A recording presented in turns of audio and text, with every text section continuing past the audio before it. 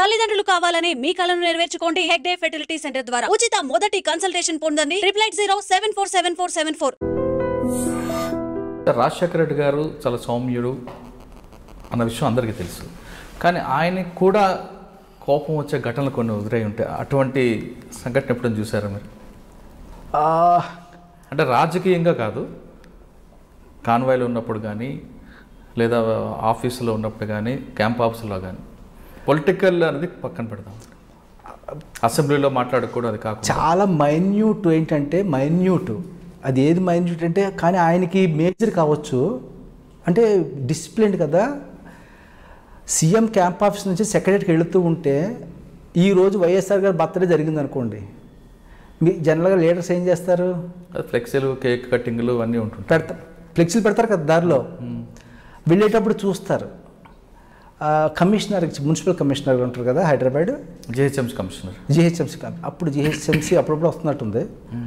Commissioner గారికి చెప్పి అవి తీయించేయి అంటే జనరల్గా ఒకసారి చెప్తారు, రెండోసారి రొటీన్ అది. ఎప్పుడు వచ్చినా ఏ సందర్భం వచ్చినా ఫ్లెక్చర్ కనిపిస్తే అవి తీసేయమంటారు.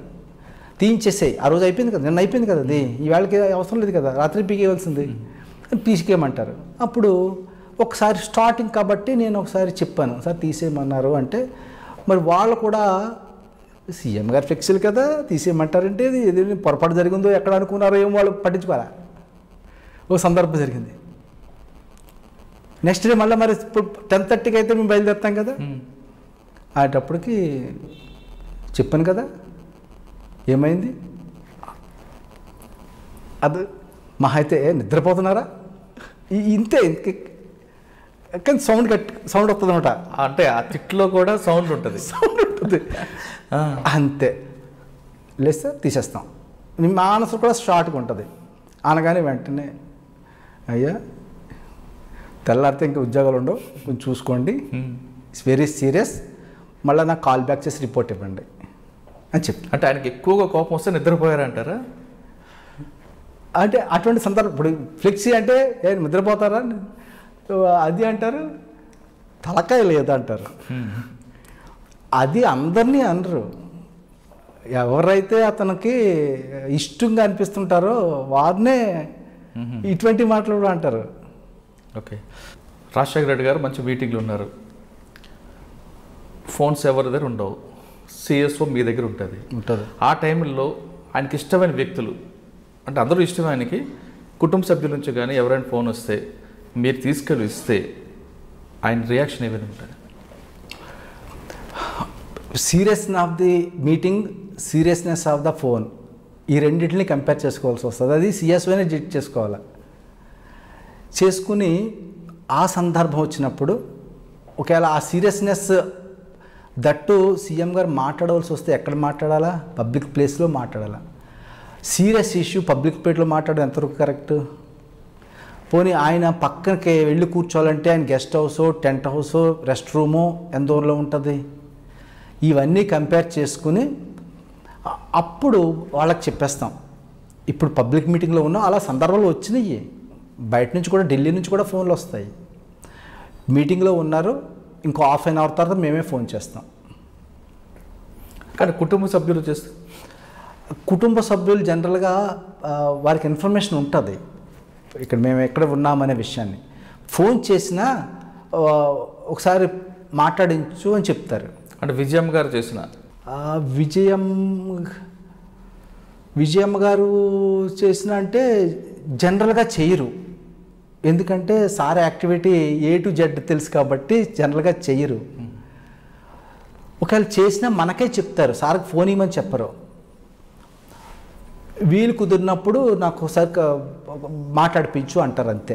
ఓకే సార్, రాజశేఖర రెడ్డి గారు ఎంత పని ఒత్తిడిలో ఉన్నా కుటుంబానికి ప్రాధాన్యత ఇస్తారనే విషయం మీరు చెప్పారు. బయటికి వెళ్ళినా విజయం గారితో మాట్లాడడం, లేదంటే తమ్ముళ్ళతోని, జగన్తో కానీ, శర్మలతో కానీ, అనిల్తో గారు అందరితో మాట్లాడతారు. అంటే వాళ్ళని ఏ విధంగా సంబోధించేవారండి? యాక్చువల్లీ ఇందులో మీకు చెప్పాలంటే ఒక విషయం మీకు స్టార్టింగ్లో మీకు గుర్తుండే ఉండాలి. షామీర్పేటలో ప్రతి సండే ఫ్యామిలీ కేటాయించేవారు. అవును. మాకు ఎమర్జెన్సీ ఫోన్లు వచ్చినప్పుడే మేము సీఎం గారికి ఫోన్ ఇచ్చి మాట్లాడించేవాళ్ళం. అదర్వైజ్ అడ్మినిస్ట్రేషన్ ఆ రోజు సామీర్పేట నుంచే నడుస్తూ ఉండేది.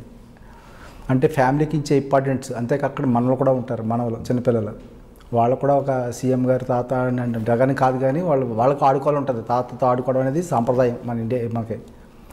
ఆ విధంగా వారితోటి మరి ఒక రాష్ట్ర ముఖ్యమంత్రి చంటి పిల్లలాగా వాళ్ళతో ఉండేవాడు. కాబట్టి అది చూస్తుంటే చూడముచ్చటైనది అనమాట. ఓహో అని అంటే హుందాతనం అన్ని పక్కన పెడతారు. చాలా అంటే ఆయన హుందాతనం ఆయన ముఖంలో ఎప్పుడు ఉంటుంది దాన్ని. ఎందుకంటే ఆ ముఖంలో కూడా నవ్వుతోటే వచ్చి ఉంటుందేమో బహుశా. ఆయన పుట్టుకతో వచ్చి ఉంటుందేమో చెప్పాలి. అంటే చిన్న వాళ్ళ మనవల్ని వాళ్ళు చూసినప్పుడు తన సీఎం అనే విషయం మర్చిపోయి వాళ్ళతో కలిసిపోతారా? అసలు ప్రతి విషయంలోనూ ఇంకా వాళ్ళు ఏం చేస్తే ఎస్ రాజా కొడుకు పేరు నాకు గుర్తు, రాజా అనుకుంటాను, రాజా అని పిలిచేవారు. అంటే చాలా కాలం అయిపోయింది కదా, రాజా అలాగా మనవాడిని అలాగన్నట్టు. ఇప్పుడు నాకు మీరు అంటే గుర్తొచ్చింది.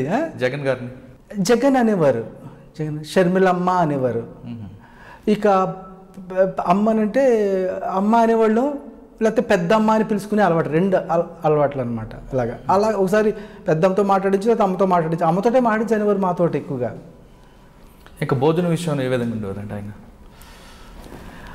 ఇంకా ఇది వ్యక్తిగతంగా వెళుతుందేమో కానీ సింపుల్గా భోంచేస్తారు, తక్కువ తింటారు. ప్రతిదాన్ని అంటే పెట్టిన ఐటెం ప్రతిదాన్ని టచ్ చేస్తారు. ఎందుకంటే ఇక్కడ దీంట్లో ఇంకొక రహస్యం చెప్పాలి మీకు. ఒకరోజు సెక్రటరియట్లో ఉన్నాం. జనరల్గా సెక్రటరియట్లో నేను సీఎం ఛాంబర్లోకి రేర్ ఇష్యూలో వెళ్తాను. నేను చాలా రేర్, అంటే వ్యక్తిగతం అయినప్పుడు ఇంపార్టెంట్ అయినప్పుడే నేను లోపలికి వెళ్తాను, లేకపోతే పిఎస్లు చూసుకుంటారు. నాకు అస్సలు సెక్రటరియట్లో ఛాంబర్కి వెళ్ళే పరిస్థితి చాలా తక్కువ ఉంటుంది. అటువంటప్పుడు అదే టైంలో జనరల్గా నేను ఉన్నానంటే కూడా గమని ఎవరో రారు, ఏదో విషయం ఉంటే వెళ్తాడు లేకపోతే వెళ్ళడు కదా అనేసి. అప్పుడు అటెండర్ వచ్చి టీ పట్టుకొచ్చాడు. టీ పట్టుకొస్తే ఒకసారి నేను చూశాను అన్నాను. నేను అడిగాను సీఎం గారి బదులు ఏంటి అన్నాను. అంటే అప్పటికి సార్ టీ, ఓహో సార్ టీ చెప్పారేమో నాకేం తెలుసు, కాబట్టి నాకు చెప్పారేమో అని నేను అన్నాను. టీయా ఇప్పుడా వద్దులే అని ఒక సిప్ చేసి వాడు ఫీల్ అవుతాడని ఈ చేతికి ఇచ్చారు. అలాగే ఈ వంటకాలు కూడా ఎక్కడన్నా ఎవరైనా బయట భోంచేసేటప్పుడు పెడితే వాళ్ళందరూ తృప్తి కోసం అబ్బా సీఎం గారు ఈ కూర కూడా తిన్నారా అని ఒక్కటే ఫిష్ ఉందంటే ఒక ముక్క తీసుకుంటారు, చికెన్ ఉంటే ఒక ముక్క తీసుకుంటారు. అంటే ప్రతిదీ టచ్ చేస్తారనమాట. తృప్తిగా హాయిగా కూర్చుని. అది కూడా బయట భోజనాలు ఎప్పుడు ఎక్కువ కింద భోజనాలు కూడా ఉంటాయి, కింద కూర్చుండిపోతారు హాయిగా. సార్ మీరు ఆయనకి సెక్యూరిటీ ఆఫీసర్గా ఉన్న టైంలో ఎవరైనా ఆయన మీద అటాక్ చేయడానికి, అంటే వాంటెడ్లీ కాదు, ప్రెస్ మీట్లు అవ్వచ్చు లేదా జనంలో అవ్వచ్చు, ఒకేసారి ఆయన మీద రావడానికి ఎవరినైనా ప్రయత్నిస్తే మీరు ఏ విధంగా రియాక్షన్ అయ్యేవారు? అటువంటి ఘటన ఏమైనా గుర్తుందా? ఒక్కసారి గుంటూరులో, జనరల్గా గుంటూరు విజయవాడలో కొంచెం చిన్న డిస్టర్బెన్స్ ఉంటాయి, ఏదో సంథింగ్.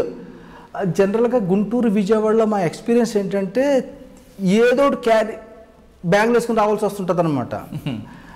అలాగే నేను చాలాసార్లు గమనించాను. అప్పటికి మేము చాలా జాగ్రత్తలు తీసుకున్నా ఏదో యాడ్ అవుతూ ఉంటుంది అనమాట. ఒకసారి ఏమైందంటే పబ్లిక్లోకి వెళ్ళారనమాట. పబ్లిక్లోకి వెళ్ళిన తర్వాత పబ్లిక్లో ఉన్నాం, ఎందుకంటే రోడ్డు మీద పబ్లిక్లో ఉన్నాం, పబ్లిక్ అంతా దగ్గరగా ఉంటే మళ్ళీ సేమ్ ఫిజికల్ బాడీ కవర్. మాకు పబ్లిక్ ఉంటారని తెలిసినప్పుడు లోకల్ పోలీస్ కూడా మఫ్టీ పీపుల్ని పెడతారు. Even lady police and gent police మఫ్టీలో ఉంటారు డిఫరెంట్. అది ఎస్పీలు వాళ్ళ స్పెషల్ బ్రాంచ్ నుంచి అక్కడి నుంచి అన్నీ పెట్టుకుంటారనమాట. కాబట్టి ఆల్ ప్రికాషన్స్ వారు తీసుకుంటారు. బాడీ కవర్ ఇవ్వడం అనేది సెక్యూరిటీ వింగ్ పద్ధతి కాబట్టి ఇది. అంతేకాకుండా సెక్యూరిటీ వింగ్ కూడా ఇంకొక అవుటర్, దాంట్లోంచి బయట ఇంకో టీం ఉంటుంది. అది గ్రే హ్యాండ్స్ అనగా చెప్పండి, ఆ విధంగా ఇంకో ఫోర్స్ని పెట్టుకుంటాం అనమాట.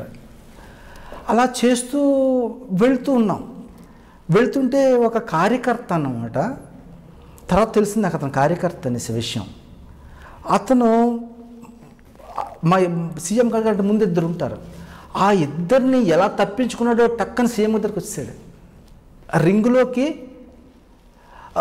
ఎంటర్ కారు, పెద్దవాడు కూడా without our knowledge enter car.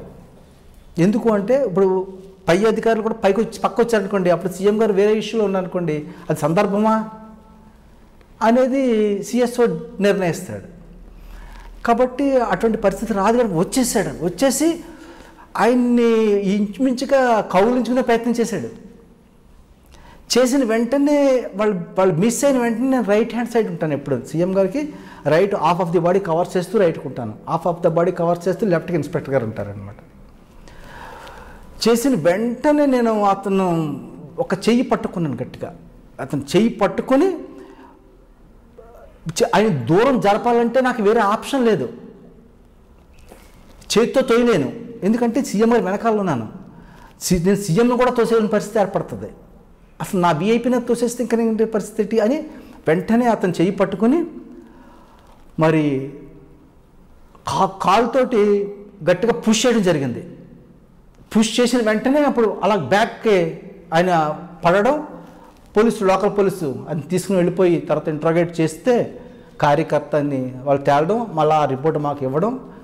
ఏం కార్యకర్త అంటే ఇంకా సీఎం గారు అవకాశం వచ్చింది కదా, దగ్గరికి వెళ్ళే అవకాశం వస్తుందనే ఉద్దేశంతో ఎంతూజియాజంతో చేసిన పని ఇది, అంతేకాకుండా వాళ్ళైతే తట్టలేదని చెప్పి మనకి చెప్పడం జరిగింది. కానీ ఆ ఘటనతో రాజశేఖర రెడ్డి గారు మీ మీద ఏమైనా సీరియస్ అయ్యారా? ఎందుకంటే ఒక కార్యకర్త మీద మీరు చేసుకున్నారు అంటే ఏంటి అంటే అన్నారు, ఏంటి కొడతావా అన్నారు. అంటే మీరు ఇంపార్టెంట్ సార్, నాకు సీఎం గారు ఇంపార్టెంట్, సీఎం గారి మీదకి ఆ విధంగా రాకూడదు, పద్ధతి ఉంటుంది, కాబట్టి ఫస్ట్ మేము డేంజర్ని ఎక్స్పెక్ట్ చేస్తాం కదా అన్నాను. అంతకంటే ఇంకేమర్లేదు. ఓకే సార్, జనరల్గా చెప్తాను, సెక్యూరిటీ ఆఫీసర్ మీరు కాకపోవచ్చు, కొంతమంది ఎక్కడైతే వీఐపీ ఉంటారో వీఐపీకి షోల్డర్ టు షోల్డర్ అవ్వచ్చు, లేదా ఆఫ్ బ్యాక్ అవ్వచ్చు. అంటే వీఐపీ మాట్లాడుతున్న ప్రతి మాట వీళ్ళకి వినబడుతుంటుంది. ఇలాంటి టైంలో కొంతమంది సెక్యూరిటీ ఆఫీసర్స్ ఆ వీఐపీ ఏం మాట్లాడుతున్న విషయాన్ని కొంతమంది చేరదీయడం అవ్వచ్చు, లేదా అందులో ప్లస్ మైనస్ వీళ్ళకి అనుగుణంగా కూడా మార్చుకునే అవకాశం కనిపిస్తుంటుంది. కొంతమంది మాత్రం, మీరు కాదు. అటువంటప్పుడు మీరు ఇలాంటి వాళ్ళు ఏం చేయాలండి? అక్కడ నాకు తెలిసి ప్రొఫెషనల్ ట్రైనింగ్ అయ్యే వాళ్ళు ఎవరు కూడా, ప్రొఫెషనల్ ట్రైనింగ్ అనే వాళ్ళు కమిటెడ్లోకి వచ్చేస్తారు, కమిట్మెంట్, వాళ్ళు ఎవరు కూడా ఇది క్యారీ చేయరు. అసలు ఇక్కడ ఒక చిన్న సందర్భం చెప్పాలంటే, నేను మంగళగిరిలో ఉండేటప్పుడు ఒక అసిస్టెంట్ కమాండెంట్ ఉండేవారు, ఏ రెడ్డి గారు, పేరు గుర్తురాట రెడ్డి. ఆయన రోజు నన్ను 1 గంటకు పిలిచి తిడతా ఉండేవాడు, ఏదో ఒకటి కామెంట్ చేసేవాడు. ఆయన వెరీ హానెస్ట్, వెరీ సిన్సియర్. అసలు ఆయనకి బెస్ట్ వర్కర్ కర్నూలు వారిది. వాళ్ళ కొడుకు కూడా ఇప్పుడు మన బెటాలియన్స్లో కమాండెంట్గా ఉన్నాడు తెలంగాణలో. ఆయన రోజు 1 గంటకు ఒకసారి నన్ను పిలిచి ఏదో ఒకటి కమెంట్ చేసేవాడు, ఎందుకంటే నేను చాలా పోస్టులు చేసేవాడిని అక్కడ. చేస్తుంటే అది చేయగా నాకు, ఎందుకంటే ట్రైనింగ్లు చేసి వచ్చాం, కాలేజీ నుంచి డైరెక్ట్గా వచ్చాం, అది first posting, physical fitness, games, ఇదంతా ఒక పద్ధతిగా ఉండేవాళ్ళు అనమాట. ఎవరైనా తిడితే పడబుద్దేసేది కాదు. అది నా ఫ్యూచర్ కోసమేమో తెలీదు, ఆ విధంగా వాళ్ళు కామెంట్ చేయడం వల్ల కొద్ది రోజులు నాకు ఏమిటంటే అలవాటు అయిపోయింది. 1 గంట అవుతుందా, ఓహో బాస్ పిలుస్తాడు కదా అని అలవాటు అయిపోయింది. మస్తాన్ రెడ్డి అని పేరు, గ్రేట్ ఆఫీసర్, ఇంట్లో డౌటే లేదు. ఆయన నాకు వరప్రసాదం అని కూడా చెప్పాలి. ఇప్పుడు సీఎం గారు పనిచేస్తున్న సందర్భాల్లో అప్పుడు అలాగ చాలా ఎలా డెవలప్ అయిందంటే, ఆయన రోజు తిట్టేవాడు కాబట్టి నాకు ఫీలింగ్స్ వచ్చాయి కాదు, తర్వాత నవ్వు కూడా వచ్చేది, వినపడ్డం మానేసిన తర్వాత ఆయన మాటలు. ఇది నాకు ఎప్పుడు తెలిసిందంటే, నా వైఫ్ నాతో ఇంట్లో మాట్లాడుతున్నప్పుడు అంతా చెప్పేసిన తర్వాత లాస్ట్లో ఏదైనా విషయం వస్తే ఏమిటన్నావు అని అడిగినప్పుడు, ఇంతసేపు వినలేదా అన్నప్పుడు తెలిసిందనమాట. ఓహో, నేను వినకుండా కూడా మూ అంటాను అనమాట. ఊ కొట్టడం మాత్రం బాగుంటుంది. అలాగా సీఎం గారితో కాన్వాయ్లో వెళ్తున్నప్పుడు, సీఎం గారు ఇంపార్టెంట్ ఏమైనా మాట్లాడుతున్నప్పుడు, లేకపోతే ఎవరితోన్నా డిస్కస్ చేస్తున్నప్పుడు, లేకపోతే పక్కన మనం ఉండగానే కొన్ని సందర్భాల్లో కొన్ని హాల్లో కూడా మనం ఉండవలసిన పరిస్థితి వస్తుంది. ఇప్పుడు ఎవరితోన్నా మాట్లాడుతుంటే అటువంటప్పుడు కూడా మన సందర్భం లేని వ్యవహారం కాబట్టి మనం వినం ఆ మాటలు, కాబట్టి క్యారీ ఫార్వర్డ్కి ప్రసక్తే లేదు. అలాగే కమిటెడ్ పీపుల్ ఎవరైతే ఉంటారో, సెక్యూరిటీ పర్ఫెక్ట్ ట్రైనింగ్ తీసుకునే వాళ్ళు కమిటెడ్లోకి వస్తారు కాబట్టి వాళ్ళు అలా చేయరు. ఏదో ఒకరు స్వలాభం కోసం చేస్తే వాళ్ళు, we can't say the perfect security man. Okay sir, 2004 నుంచి రాజశేఖర రెడ్డి గారితో మీ జర్నీ కొనసాగింది. ఆయన చేసిన పథకాలు దాంతో మరొకసారి ఎలక్షన్కి వెళ్ళడం.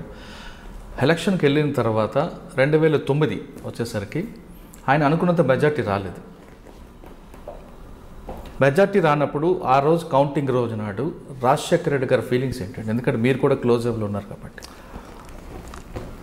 ఆ రోజు నాకు ఇప్పటికీ గుర్తుంది. మేము క్యాంప్ ఆఫీస్లో కూర్చున్నాం. ఇది ఆఫ్ డ్యూటీ ఆన్ డ్యూటీతో సంబంధం లేకుండా డ్యూటీ ఆఫీసర్ డ్యూటీలో ఉంటాం. మేము ఇద్దరం సిఎస్ఓలు ఉంటాం, రమేష్ రెడ్డి గారు నేను అని. ఇటువంటి సందర్భం కాబట్టి సీఎం పేసీ ఆటోమేటిక్గా మీ దగ్గర ఉంటుంది తెలుసు కదా, అక్కడే కూర్చుంటారు వాళ్ళు. అక్కడ కొంత కూర్చున్నాం అనమాట. హాల్లో కూర్చున్నప్పటికి రిజల్ట్ చూశారు, వచ్చింది. సీఎం గారు బయటకు వచ్చారు.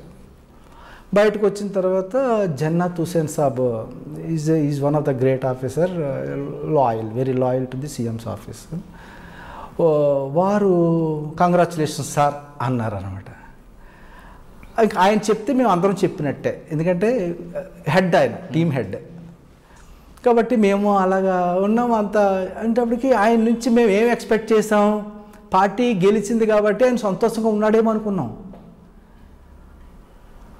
మనం ఎంత చేసామో అంత రిజల్ట్ రాలేదు కదా అన్నారు.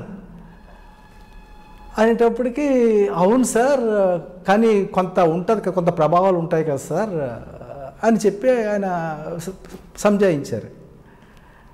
కానీ కాసేపు మాత్రం ఆయన తృప్తిగా లేరు. కానీ తర్వాత ఓకే అని చెప్పి మళ్ళీ అంటే రిలీజ్ చేసేస్తారు కదా, డ్రెస్ ఉందనుకుంటే తక్కువ బయటకు ఎంటేస్తారు. మరి అది యోగా చేస్తారేమో, నేను ఎప్పుడు యోగా చేయడం ఆయన ప్రత్యేకంగా చూడలేదు, బహుశా యోగులకే అది సాధ్యం అవుతుంది. రిలీజ్ చేసి పారేస్తారు అనమాట. రిలీజ్ అక్కడికి అది వదిలిపెట్టి మళ్ళీ ఫ్రెష్గా మళ్ళీ రొటీన్. మీ అందరితో ఆ రోజు ఎలాగున్నారండి? అంతే. తర్వాత ఆటోమేటిక్గా స్వీట్స్ రప్పించారు. అంటే మరి ఆల్రెడీ ఇంట్లో రప్పించి పెట్టారు, ఎవరో తెలీదు. అల్టిమేట్గా స్వీట్స్ అది పంచారు. మేము కూడా సీఎం పేసీ కూడా ఒక కేక్ కట్ చేయించడం జరిగింది, ఎందుకంటే reciprocate. So that ultimately first అందరూ ఏమనుకున్నారో దానికి ఇదిగా ఉండేటప్పటికీ అది సైలెంట్ అయిపోయారు అనమాట, ఒక క్షణం పాటు అనమాట. సార్ 2009లో రాజశేఖర రెడ్డి గారు మరొకసారి సీఎంగా అయిన తర్వాత మీరు కంటిన్యూ అవుతున్నారు. మీతో పాటు అడిషనల్గా రమేష్ రెడ్డి గారు కూడా అప్పటికే వచ్చినట్టున్నారు. ఆయన కూడా రమేష్ రెడ్డి గారు కూడా ఫ్రమ్ ద బిగినింగ్ ఉన్నారు. ఆయన కూడా అంటే మీరు డ్యూటీస్ మారుతూ మీరు ఉంటున్నారు డే బై డే. అటువంటి రాజశేఖర రెడ్డి గారు అంటే మీరు ప్రొఫెషనల్గా ఉంటూనే ఆయనతో ఎక్కువ అనుబంధం పెంచుకున్నారు, అంటే వ్యక్తిగతంగా. ఎందుకంటే ఆయన డిసిప్లైన్ అది మీకు నచ్చడం, ఆ రెండు ఒక మ్యాచ్ అయినట్టున్నాయి. కానీ ప్రొఫెషనల్గా మీ ఎస్పీజే ట్రైనింగ్ అంతా చూపిస్తున్నారు. మీరు అంతగా ఇష్టపడే వ్యక్తి 2009 సెప్టెంబర్ 2వ తారీఖు నాడు హెలికాప్టర్లో వెళ్ళి అక్కడ ఆయన పావురాలగుట్టలో చనిపోయినప్పుడు మీకు ఫీలింగ్స్ ఏంటి? అంటే మీరు ఎందుకు వెళ్ళలేపారు అసలు ఆ రోజు ఏం జరిగింది? యాక్చువల్లీ సీఎంగా ఎలక్షన్కి వెళ్ళక ముందే, అంటే జనరల్ ఎలక్షన్కి అప్పుడు వెళ్ళక ముందే నాకు అప్పాలో 3 నెలల ట్రైనింగ్ ఉండే, సివిల్ డిఎస్పీ ట్రైనింగ్. దానికి షెడ్యూల్ కూడా తయారైంది వెళ్ళడానికి. కానీ ఎలక్షన్ ముందు వెళ్ళిపోవడం అనేది, అంటే కొత్త వాళ్ళు సెక్యూరిటీ బందోబస్తుని కొత్త వాళ్ళు డీల్ చేయలేరు. అంటే చేయలేరు అని కాదు, యూనిఫామ్ పోలీస్కి సఫారీ పోలీస్కి తేడా ఉంటుంది. సఫారీ వాళ్ళు యూనిఫామ్ వాళ్ళు ఏంటంటే కొంచెం ఒక అంటే హైరార్కీ ఇవన్నీ ఉంటాయి యూనిఫామ్లో. సఫారీలో సెక్యూరిటీ ఈ హైరార్కీ ఇక్కడ ఉండదు, ప్రొఫెషన్ అంతే. అప్పుడు ఇది ట్రైనింగ్కి వెళ్ళాలి యాక్చువల్లీ ముందుగానే. కానీ ముందుగా వెళ్లకుండా ఏమైపోయింది, ఈ ఎలక్షన్కి కొత్త వాళ్ళు డీల్ చేయలేరు కాబట్టి మరి మనం వెళ్ళాలని నేను అప్పుడు పోస్ట్పోన్ చేసుకోవటం జరిగిందనమాట. కాబట్టి నేను సీఎం గారికి చెప్పాను, ఎలక్షన్ అయిపోయిన తర్వాత అలా 3 నెలల ట్రైనింగ్ ఉంది సార్, నేను వెళ్ళి వచ్చేస్తాను అని చెప్పాను. చెప్తే ఓకే సరే అన్నారు. ఎలక్షన్ అయిపోయిన వెంటనే అసెంబ్లీ సెషన్ స్టార్ట్ అయింది. సెషన్ స్టార్ట్ అయినప్పుడు జన్నాత్ హుసేన్ సాబ్ అన్నారు, తెలంగాణ ఇష్యూ నడుస్తూ ఉంది, ఈ సెషన్లో నువ్వు వెళ్ళిపోతే కొత్తగా వచ్చిన వాళ్ళు మళ్ళీ డీల్ చేయలేకపోతారు, సెషన్ అయిపోయిన తర్వాత ట్రైనింగ్కి వెళ్ళన్నారు. షెడ్యూల్ వేసేసి గోపీనాథ్ రెడ్డి సాబ్ కూడా కొంచెం సీరియస్ అయ్యారు, వీడు వాడి ఇష్టం వచ్చేటప్పుడు మార్చుకున్నాడు డేట్స్ అని అనుకున్నారు. కానీ నేను పోయి కలిశాను. అలా కాదు సార్, పరిస్థితి అలా వచ్చింది తప్ప నేను అటువంటి వాడిని కాదు సార్ అని కూడా ఒకసారి ఎక్స్ప్లెయిన్ చేయడం జరిగింది. ఎందుకంటే రేపటి రోజు ఆయన దగ్గర ట్రైనింగ్ చేయాలి కదా అనే ఉద్దేశంతో. వెంటనే ఈ విధంగా ఇది రావడం వల్ల నేను మళ్ళీ అది పోస్ట్ పోన్ చేసుకుని అసెంబ్లీ సెషన్ అయిన తర్వాత ట్రైనింగ్కి వెళ్ళాను. అది 3 months కోర్సు. 2.5 months అయిపోయింది, ఇంకా ½ month ఉంది. లాంగ్ ట్రైనింగ్ కాబట్టి ఎగ్జామ్స్ జరుగుతున్నాయి. ఎగ్జామ్స్ రాస్తున్నాను అన్నమాట. రాస్తున్నప్పుడు గోపీనాథ్ రెడ్డి గారు అంటే డైరెక్టర్ ఆఫ్ అప్ప పోలీస్ అకాడమీ పిలుస్తున్నారు మిమ్మల్ని అన్నారు. ఎగ్జామ్లో ఉన్నాను. ఇప్పుడు ఎందుకు పిలుస్తారు నన్ను, ఒక ½ an hourలో వస్తాను అన్నాను. లేదు అర్జెంటుగా రమ్మంటున్నారు, హెలికాప్టర్ కనిపించట్లేదంట, సీఎం గారు వెళ్ళిన హెలికాప్టర్.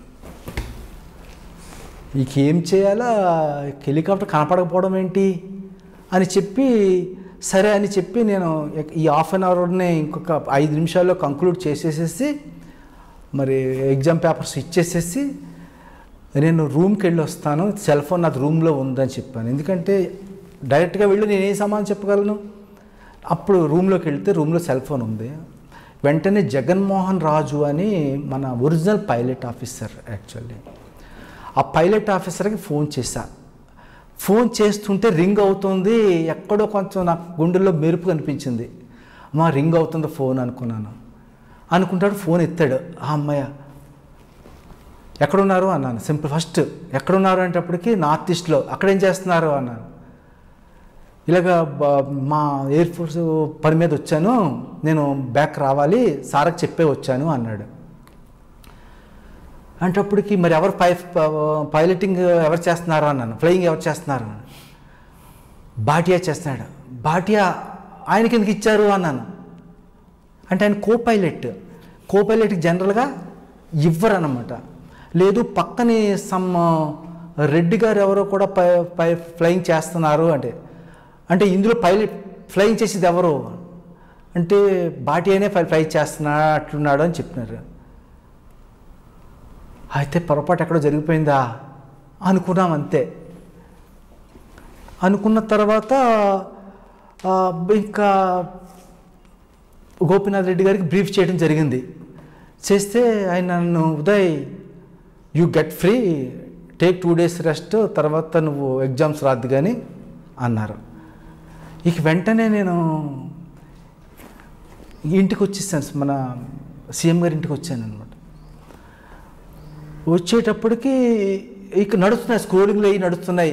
ఇక ఆయన వచ్చేస్తాడు పోతాడు, ఇక తెలియలేదన్నమాట. డౌట్లు ఉన్నాయి. అప్పటికి మేడంని వెళ్ళి కలిశాను, వచ్చి ట్రైనింగ్లో వచ్చి చూసిన వెంటనే మా దురదృష్టమా నీ అదృష్టమా, నువ్వు వెళ్ళిపోయావు, నువ్వు ఉంటే ఇలా జరగదు కదా అన్నారు.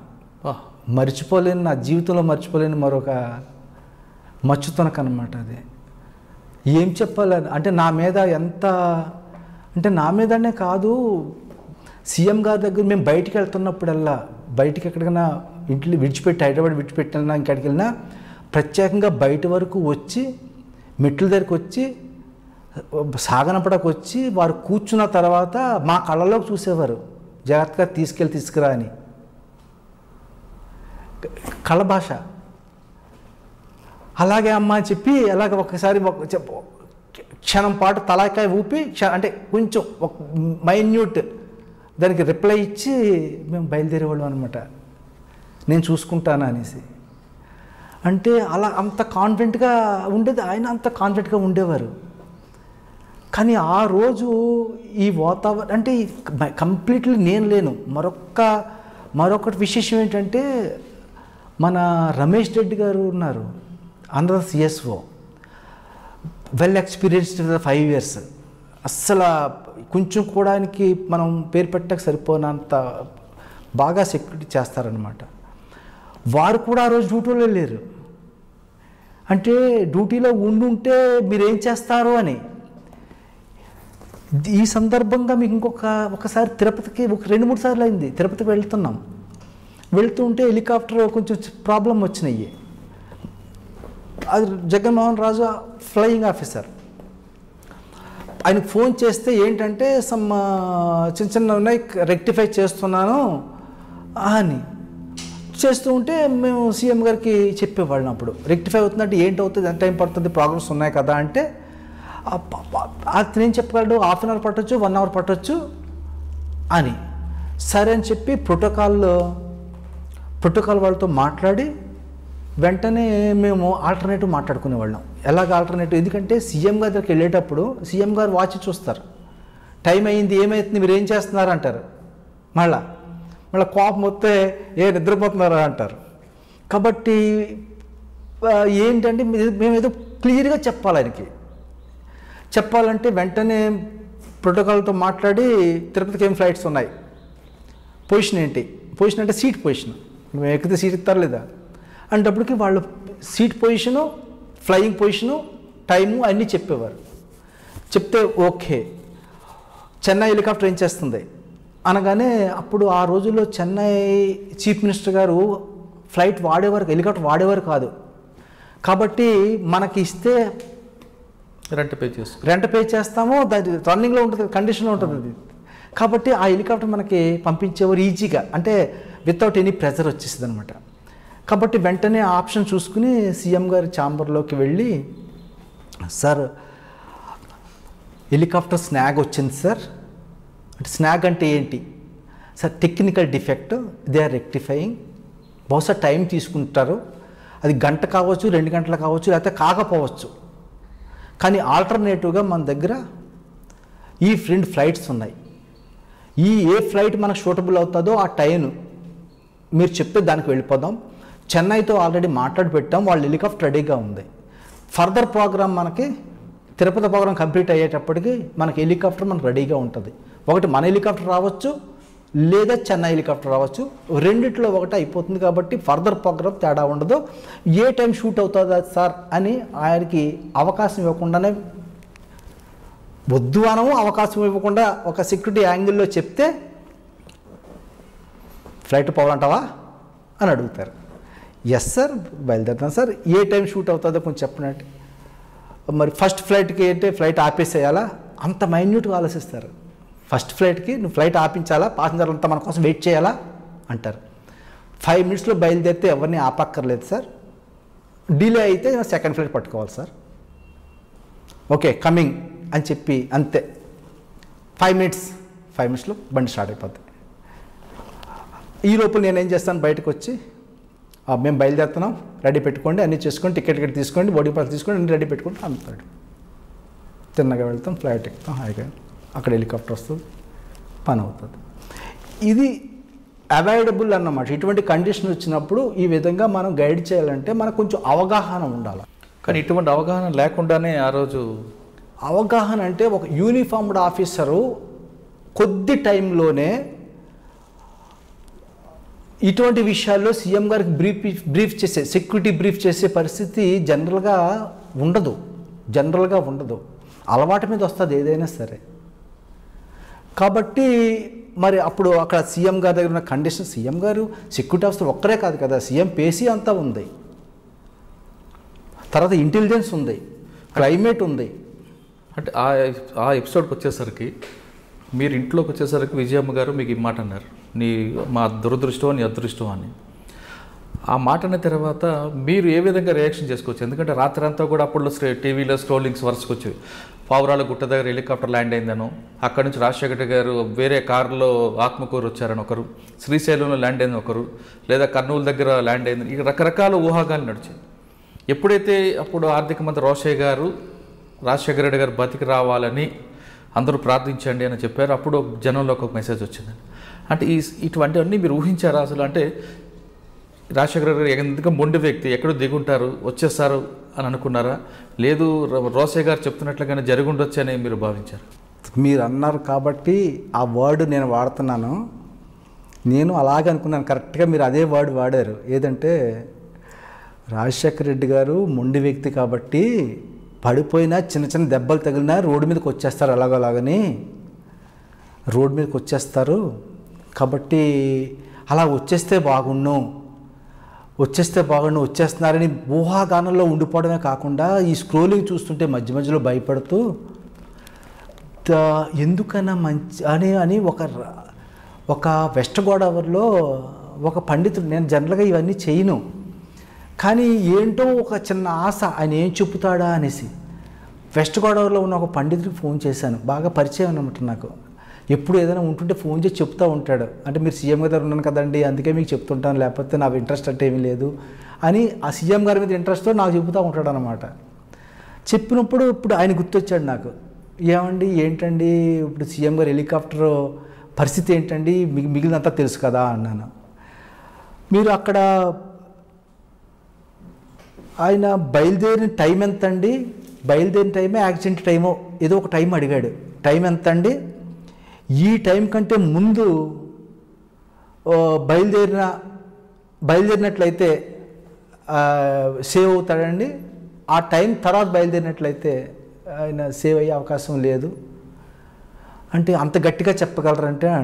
తర్వాత నేను మళ్ళీ టైము స్క్రోలింగ్లో మీకు అన్నీ టీవీలోనే వస్తున్నాయి, దాన్ని కూడా కరెక్ట్ చేసుకుని ఒకసారి మళ్ళీ ఆయనతో మాట్లాడితే కొంచెం డౌట్ అండి అన్నాడు. అంటే అది రాత్రి 10-11 గంటల టైంలో ఇవన్నీ కరెక్టే సార్. ఆ జాతకాలు ముహూర్తాలు పక్కన పెడితే ఆ రోజు క్యూలంబస్ అనే ఒక మేఘం విపరీతంగా రావడం, అందులో హెలికాప్టర్ చిక్కుకుపోయింది, తర్వాత జరిగిన దర్యాప్తు, కానీ మరొక కుట్ర కూడా ఉందని కూడా తర్వాత బయటికి రావడం, దీని మీద సిబిఐ ఎంక్వైరీ జరగడం అన్నీ వరుసగా జరిగాయి. ఆ ఎపిసోడ్ పక్కన పెడితే రాజశేఖర రెడ్డి గారికి ఆ రోజు వెళ్ళాలి రచ్చబండ కార్యక్రమంకి, కానీ వెదరు క్లియరెన్స్ ఇవ్వలేదు. ఇవ్వని టైంలో రాజశేఖర రెడ్డి గారు వెళ్ళాలనుకున్నప్పుడు యాజ్ ఎ సిఎస్ఓగా మీరు గతంలో ఒక విషయం చెప్పారు, తిరుపతి వెళ్ళాలంటే ఆల్టర్నేటివ్ చూసుకుంటూ తిరుపతికి ఫ్లైట్లో తీసుకెళ్ళి అక్కడి నుంచి హెలికాప్టర్ తీసుకొచ్చారు. ఆ విధంగా చేయకుండా ఒక సిస్టమ్ ఉంది, సిస్టమ్ను బ్రేక్ చేసి ఎందుకు ఆయన్ని గోహెడ్ అనాల్సి వచ్చిందండి? ఇక్కడ ఈ సందర్భం కూడా మీకు ఇంకో మాట చెప్పొచ్చు. హెలికాప్టర్ ఎయిర్పోర్ట్ నుంచి ఎన్నోసార్లు బ్యాక్ వచ్చిన సందర్భాలు ఉన్నాయి. అవును, చాలా ఉన్నాయి, తెలుసు కదా. అవును, నల్గొండ నాకు కరెక్ట్గా స్టేట్ గుర్తులేదు, బహుశా నల్గొండ ఎక్కడికి వెళుతున్నాం, సగం దారి నుంచి వెనక్కి వచ్చేసిన స్థితి కూడా ఉంది. అవును, హెలికాప్టర్ ల్యాండ్ కాకుండా ఉన్నాయి, కొన్ని హెలికాప్టర్ వెదర్ క్లియర్లెస్ ఇప్పుడు ఎయిర్పోర్ట్ నుంచి కూడా వెనక్కి ఉన్నాయి. అవును, కాబట్టి ఈ డిస్క్రిప్షన్ ఏంటంటే సిఎస్ఓను పైలట్ ఆఫీసర్ తీసుకుని ఇంకా ఏదైనా డౌట్ ఉంటే సీఎం గారిని కూడా మేము బ్రీఫ్ చేస్తాం, లేదు నాతో మాట్లాడించు అంటే మీకు చెప్పిన ఇంటర్కమ్ నా పక్కన ఉంటుంది, పైలట్కి వారికి ఫోన్ ఇస్తాం అనమాట. ఇది చేసి నిర్ణయం తీసుకుని వెనక్కి వచ్చిన సందర్భాలు ఉన్నాయి. ఒకసారి అప్పుడు మాకు ఇంటెలిజెన్స్ ఎడిషనల్ డీజీ అరవిందరావు గారు, మీకు తెలుసు ఎంత క్వైట్ కామ్, ఎక్కడ మీకు బయట ప్రొఫెషనల్ పద్ధతి బయట మాట్లాడుతున్నట్టు ఎక్కడ కనిపించదు. సెక్యూరిటీ అనకూడదు, ఇంటెలిజెన్స్ అంటే అలాగే కనిపిస్తారు ఆయన ఆ రోజుల్లో. ఆయన ఎంత లో ప్రొఫైల్ అంటే కూడా సీఎం గారికి చెప్పవలసిన విషయాన్ని కూడా నాకు చెప్పి ఆయన ఒప్పించు అన్నారు. ఏమని, మాకు హైటెక్ సిటీకి మేము అప్పుడు తిరుపతి నుంచి వస్తూ రాజేంద్ర నగర్ వ్యవసాయ విశ్వవిద్యాలయం ఉంది కదా, దాంట్లో దిగాల మూమెంట్ అక్కడ. ఆ మూమెంట్ అయిన తర్వాత జనరల్గా బై రోడ్ లోకల్ వచ్చాం కదా, బై రోడ్ చేస్తాం. ఈరోజు దాని తర్వాత హైటెక్ సిటీలో కూడా ఒక ప్రోగ్రాం ఉంది. ఈరోజు బై రోడ్ ప్రోగ్రాం చెయ్యొద్దు, మనకి నీకు అర్థమవుంది అనుకుంటాను, సారో వద్దులే వెళ్ళిపోదాం బై రోడ్ వెళ్దామంటారు, నువ్వేం చేస్తావో నాకు తెలియదు, నువ్వు హెలికాప్టరే వాడు అన్నారు. అంతే, హెలికాప్టర్కి కోఆర్డినేట్స్ ఇమ్మని మన రెవెన్యూకి చెప్పేసాం, కోఆర్డినేట్స్ ఇచ్చారు. అప్పుడు సీఎం గారికి హెలికాప్టర్లో ఉండగా ఈ విషయం నాకు హెలికాప్టర్ కంటే ముందే నాకు చెప్పారు సార్. హెలికాప్టర్లో కూర్చున్న తర్వాత అప్పుడు పక్కనే ఉంటాం కాబట్టి, సార్ ఒక చిన్న విషయం చెప్పాలి సార్, ఈ విధంగా మేము ఈ ప్లాన్ చేస్తాం సార్, ఈ ప్రోగ్రామ్స్ ఇంకా మనకు 2 ఉన్నాయి, రెండింటికి ఈ విధంగా అటెండ్ అవ్వాలి, ఎవరు చెప్పారు అన్నారు. అంటే sir additional DG intelligence Aravind Rao గారు చెప్పారు, ఇక్కడ మాత్రం మనం అవాయిడ్ చేయలేం సార్, ఈ వేళకి అలా చేద్దాం సార్. మనం కంక్లూడ్ చేసేస్తే కూడా ఒక్కోసారి విఐపి గారు ఎస్ గో హెడ్ అంటారనమాట. క్వశ్చన్ పెట్టేస్తే ఏం చేస్తామని నిర్ణయం తీసుకుంటారు. నిర్ణయం తీసుకున్న తర్వాత విఐపికి మనం చెప్పలేకపోతాం అన్నమాట. అంటే ఇక్కడ ఆ రోజు ఎవరితో మిస్టేక్ అనుకుంటామండి? ఇప్పుడు అంటే మీరు ఇందాక ఒక మాట అన్నారు, యూనిఫామ్ సర్వీస్ వాళ్ళకి సఫారీ సర్వీస్ వాళ్ళకి డిఫరెన్స్ ఉంటుంది అనేది. అంటే అక్కడ అది ఫెయిల్ అయింది అనుకోవచ్చా? ఇది ఒక్క ఫెయిల్ అని మనం చెప్పండి. ఇందాక మీకు చాలా విషయాలు చెప్పాను. అంటే ఒక వ్యక్తి మీద మనం ఒక వ్యక్తి మీద మీరు బ్లేమ్ చేయడానికి కుదరదు. అవును, అది ఎందుకంటే సీఎం ఆఫీస్ ఉంది, ఇంటెలిజెన్స్ ఉంది, తర్వాత క్లైమేటిక్ కండిషన్ చెప్పడానికి ఒక వింగ్ ఉంది, ఏవియేషన్ ఉంది, ఇలాగ అనేక వింగులు ఉన్నాయి. దట్టు బాటే గారు నేను ట్రైనింగ్కి వెళ్ళకముందు కో పైలట్, మరి ట్రైనింగ్కి వెళ్ళిన తర్వాత పైలట్, ఇవన్నీ ఒకదాని మీద ఒక డిపెండ్ అవుతాయి అన్నమాట. అంటే ఒక వ్యక్తి మీద నిందేయడం అనేది ఉద్దేశం కాదండి. ఇన్ని ఏజెన్సీ పనిచేస్తున్న తర్వాత కూడా ఒక వ్యక్తిని మనం కోల్పోయాం అనేది బాధ ఉంది కదా. అది అంటే ఎవరికి అంటే ఇక్కడ సెక్యూరిటీ అనేది ఏంటంటే మీకు చెప్పాను కదా, ఎస్పీజీ అనేది సిస్టంలో ఉంటుంది, సెక్యూరిటీ అనేది సిస్టంలో ఉంటుంది. సిస్టమ్ ఎక్కడ డౌన్ అయినా కూడా మీకు ప్రాబ్లమ్స్ వస్తాయి. యాక్చువల్ చెప్పాలంటే వివేకానంద్ నేను రానప్పుడు అసలు సెక్యూరిటీ లైనప్ అనేది విన్నారా మీరు ఎప్పుడు అంత గతంలో? మరి చంద్రబాబు నాయుడు గారు సీఎంగా ఉన్నప్పుడు ఎమ్మెల్యే అందరూ లైన్గా నిలబడేవారు కదా, మరి నిలబెట్టింది ఎవరు? Security system.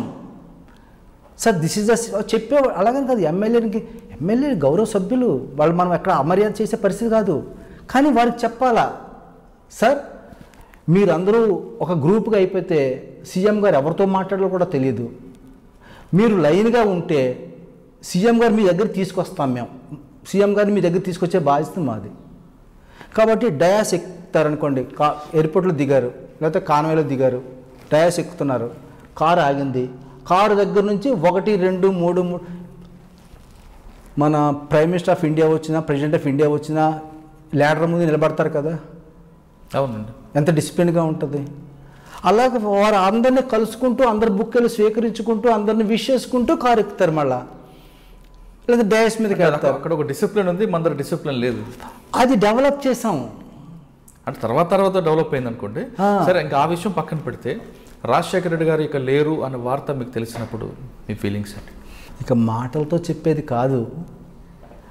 అందుకే రాత్రి 10 దాటిపోయినా 11 దాటిపోయినా కూడా ఇక జ్యోతిషం అనేది మా శాస్త్రంలో లేదు. కానీ ఏదో చిగురుటాస అని చెప్పి అక్కడ కూడా ఫోన్ చేసి తెలుసుకునే పరిస్థితి వచ్చిందంటే అంటే ఒక విధంగా ఏంటంటే ఒక మంచి అంటే ఉదయ్ కుమార్కి మంచి కాదు, రాష్ట్రం అంతా చెప్తుంది. ఈరోజు కూడా రాష్ట్రం చెప్తూ ఉంది రాజశేఖర్ గారిని కోల్పోవడం మన దురదృష్టకరమని చెప్తూ ఉంది. కాబట్టి రాష్ట్రం చెప్తుంటే మరి పక్కనున్న నా పరిస్థితి ఏంటి? ఒకటేంటంటే CSO is different job. CSO ఏంటంటే chief security officer in all means అంటే మీ బాడీ కవరే కాదు, మీ మెంటల్ కవర్ కూడా చేయాలి. ఇప్పుడు వాడు ఒక పిచ్చోడు ఉన్నాడండి, వాడు ఏ విధంగా మాట్లాడతాడు అది మీకు తెలుసు, ఎలాగైనా మాట్లాడవచ్చు, అది వాడికే తెలియదు. అటువంటి వాడు నీకు అపాయింట్మెంట్ ఉంది, ఇంకొక తాగుబోతాడు ఉన్నాడు, వాడు అపాయింట్మెంట్ ఉంది, సీఎం గారు అపాయింట్మెంట్, ఆ రోజు తాగేసి వచ్చాడు, ఏం చేస్తాం? సెక్యూరిటీ యాంగిల్ క్యాన్సిల్ చేస్తుంది అంతే, వీ వోంట్ అలౌ. ఎవరు చెప్పారు? ఎస్ అండి తాగబోతాండి మేము అలౌ చేయమండి. ఇఫ్ ఎనీథింగ్ హ్యాపెన్స్ అది రెస్పాన్సిబుల్ మీదే కదా. హ్యాపెండ్ అంటే బాడీకే కాదు, అండ్ మెంటల్గా కూడా డిస్టర్బ్ చేయొచ్చు కదా. నువ్వు డిస్టర్బ్ చేస్తే నువ్వు సాయంత్రం వరకు ఎలా ఉంటావు? అవును, ఆ ఇంపాక్ట్ మీకు రోజంతా పడుతుంది. మధ్యలో మీలాంటి వాళ్ళు చూస్తారు, మీలాంటి వాళ్ళు అంటే ఎవరు? ప్రెస్. అవును, పొద్దున్న మంచి చక్కటి హెడ్డింగ్ వస్తుంది మనం చదువుకోవటానికి, సెకండ్ కూడా పోయాయి. కాబట్టి ఇవన్నీ యాంగిల్లో చూసుకోవాల్సి వస్తుంది. చూసుకుని డిస్క్రిప్షన్, అందుకే కదా ఫ్రంట్ ఉంటాం చూసుకుని. సీఎం ఛాంబర్లో మా రూమ్ ఎక్కడ పాత సీఎం అంటే ఇప్పుడు ప్రజెంట్ నేను చెప్పలేను, మేము ఉండే టైంలో ఫ్రంట్ ఉండేది, మమ్మల్ని దాటుకునే లోపలికి వెళ్ళాలి. ఎవరైనా డౌట్ వస్తే వాడు నా దగ్గర పంపిస్తే మనం డిస్కస్ చేస్తాం వాళ్ళతో, ఇలాగనమాట. అంటే ఆ రాజశేఖర్ అటువంటి వ్యక్తి కోల్పోయామన్నప్పుడు వార్త వినగానే మీకు ఏమనిపించింది? అది మనకి బహుశా అది నెక్స్ట్ డే డిక్లేర్ అయింది, సెప్టెంబర్ 3 నాడు అయింది. నెక్స్ట్ డిక్లేర్ అయింది. ఆత్మకూరు రాత్రంతా ఈ వాళ్ళతోటి వీళ్ళతోటి మాట్లాడుకోవడం, డిస్కస్ చేయడం, తర్వాత టీవీలు చూడడంతో గడిపోయింది. ఇంకా పొద్దున్న లేచిన తర్వాత బహుశా 11 గంటలకు ఇప్పుడు వచ్చినట్టుంది అది. అవునండి, ఆ? 11 గంటలు ఇంకా ముందుకు డిసైడ్ అయింది. ముందు అయింది కదా. ఆ పావురాల గుట్ట మీద హెలికాప్టర్ కొట్టుకుంటూ కింద కొలాప్స్ అవ్వడం. అదే పొద్దున్న తెల్లారిన తర్వాత ఎప్పుడు టైం అంటే చాలా కాలం అయింది. వచ్చిన తర్వాత ఇంకంతే, ఇక సీఎం గారింటికి వెళ్ళాం, అక్కడే ఉన్నాం. ఏమీ జగన్ గారు అప్పుడు చూశారు కదా, జగన్ గారిని కలిసాము. వారు కూడా నిస్సహాయంగా మమ్మల్ని దగ్గర తీసుకున్నారు. మాటలు లేవు, చేతలో చూపులు తప్ప. ఆ పరిస్థితి ఏం మాట్లాడాలో తెలియని పరిస్థితి, ఎలా పలకరించాలో తెలియని పరిస్థితి. ఎందుకంటే సిఎస్వై పార్షల్ ఆఫ్ ది, ఎందుకంటే అన్ని దగ్గరుండి చూస్తాడు కాబట్టి, దగ్గరుండి చూస్తాడు అన్నీ. ప్రతి ఒక్కరు ఒక్కొక్కరు క్యారెక్టర్, అంటే ఫ్యామిలీని కాదు బయట క్యారెక్టర్స్ కూడా అన్నీ గమనిస్తుంటాడు కాబట్టి. ఆ తాపైన అంటే ఇది మాటలతో చెప్పలేము. ఒక విధంగా చాలా బాధాకరం. ఎందుకంటే ఆ రోజు జరిగింది మీరు మాటలతో చెప్పలేము, ఇంకా రాజశేఖర రెడ్డి గారు ఉన్నారని భావన చాలామందికి ఉంది మీలాగా. ఈరోజు కూడా రాజశేఖర రెడ్డి గారు చనిపోయి సెప్టెంబర్ 2కి 9 సంవత్సరాలు అవుతుంది. ఆ 9 సంవత్సరాలు ఏందని మీరు ఒక్క మాట చెప్పను ఇక్కడ. 9 కాదు 11 సంవత్సరాలు అవుతుంది. రీసెంట్గా యూట్యూబ్లో రాజశేఖర్ గారు చనిపోలేదు అని చిన్న ఒకటి వచ్చింది, ఏ ఛానల్ వాళ్ళు వేశారు. ఏంటి సరిపోలేదు అంటున్నాడు, ఏమైందని చెప్పి. అది కూడా అంటే డ్రామానా లేదు ఇదనా, ఏం చెప్పాడా ఏంటనే విషయం పక్కన పెట్టి అది కూడా చూసాం. అప్పుడు ప్రజల హృదయంలో చనిపోలేదు అంటే 11 సంవత్సరాలు అవుతుందండి. అంటే ఇంకా జనం హృదయంలో ఆయన ఉన్నారంటారు. జనం హృదయంలోనే ఉంటే 5 సంవత్సరాలు రాత్రి పగలు పక్కన ఉన్న వాడికి పరిస్థితి ఏంటి ఎలా ఉంటుంది చెప్పండి, మీరే చెప్పండి. మాకన్నా మీకే ఎక్కువ ఉంటుంది. అది 5 సంవత్సరాలు అక్కడే ఉండి ఆయన నవ్వుని చూసి ఆయన అలసిపోయినా కూడా పలకరించి, మేము పని చేస్తూ చేస్తూ అలసిపోతే ఏంటి ఏం కొంపలు అంటుకున్నాయి అలాగున్నావు అనేవారు. ఒక సీఎం గారు వాడే మాట అది, అంటే రిలాక్స్ చేయడం అనమాట. అదేనండి. ఇప్పుడు నేను సీఎం గారికి ఒక ప్రోగ్రామ్ ఆర్గనైజ్ చేస్తున్నానంటే ఆర్గనైజ్ చేసేవాడు ఎలా ఉంటాడు, బిజీగానే ఉంటాడు. బిజీగా పని చేసుకుని ఆఖరి మినిట్లో సీఎం గారికి వచ్చి బ్రీఫ్ చేయడానికి ఉంటాడు. ఆ ఉండే టైంలో ఆ ఫీలింగ్ ఎలా ఉంటుంది, ఆహ్లాదంగానే ఉంటుంది, ప్రజెంట్గా ఉండదు. ఆ ఫేస్ చూసి ఏం కొంపలంటుకున్నా అలాగున్నావు అనగానే సరే ఏమి లేదు సరే ఇంకో నవ్వేశారు. ఆయన మన నవ్వేస్తాం, ఆయన నవ్వేస్తారు, సరే సరే గోహెడ్ ఇది సార్ చెప్పడానికి వచ్చాను. ఓకే అంతేనా, ఓకే అవుతుంది, నో ప్రాబ్లం, ఇంకేముంటుంది. సార్ రాజశేఖర రెడ్డి గారు చనిపోయిన తర్వాత మీరు ఇంకా అక్కడే సిఎస్ఓ కంటిన్యూ అయ్యారా, లేదంటే సివిల్లోకి ఆల్రెడీ సివిల్ మీరు?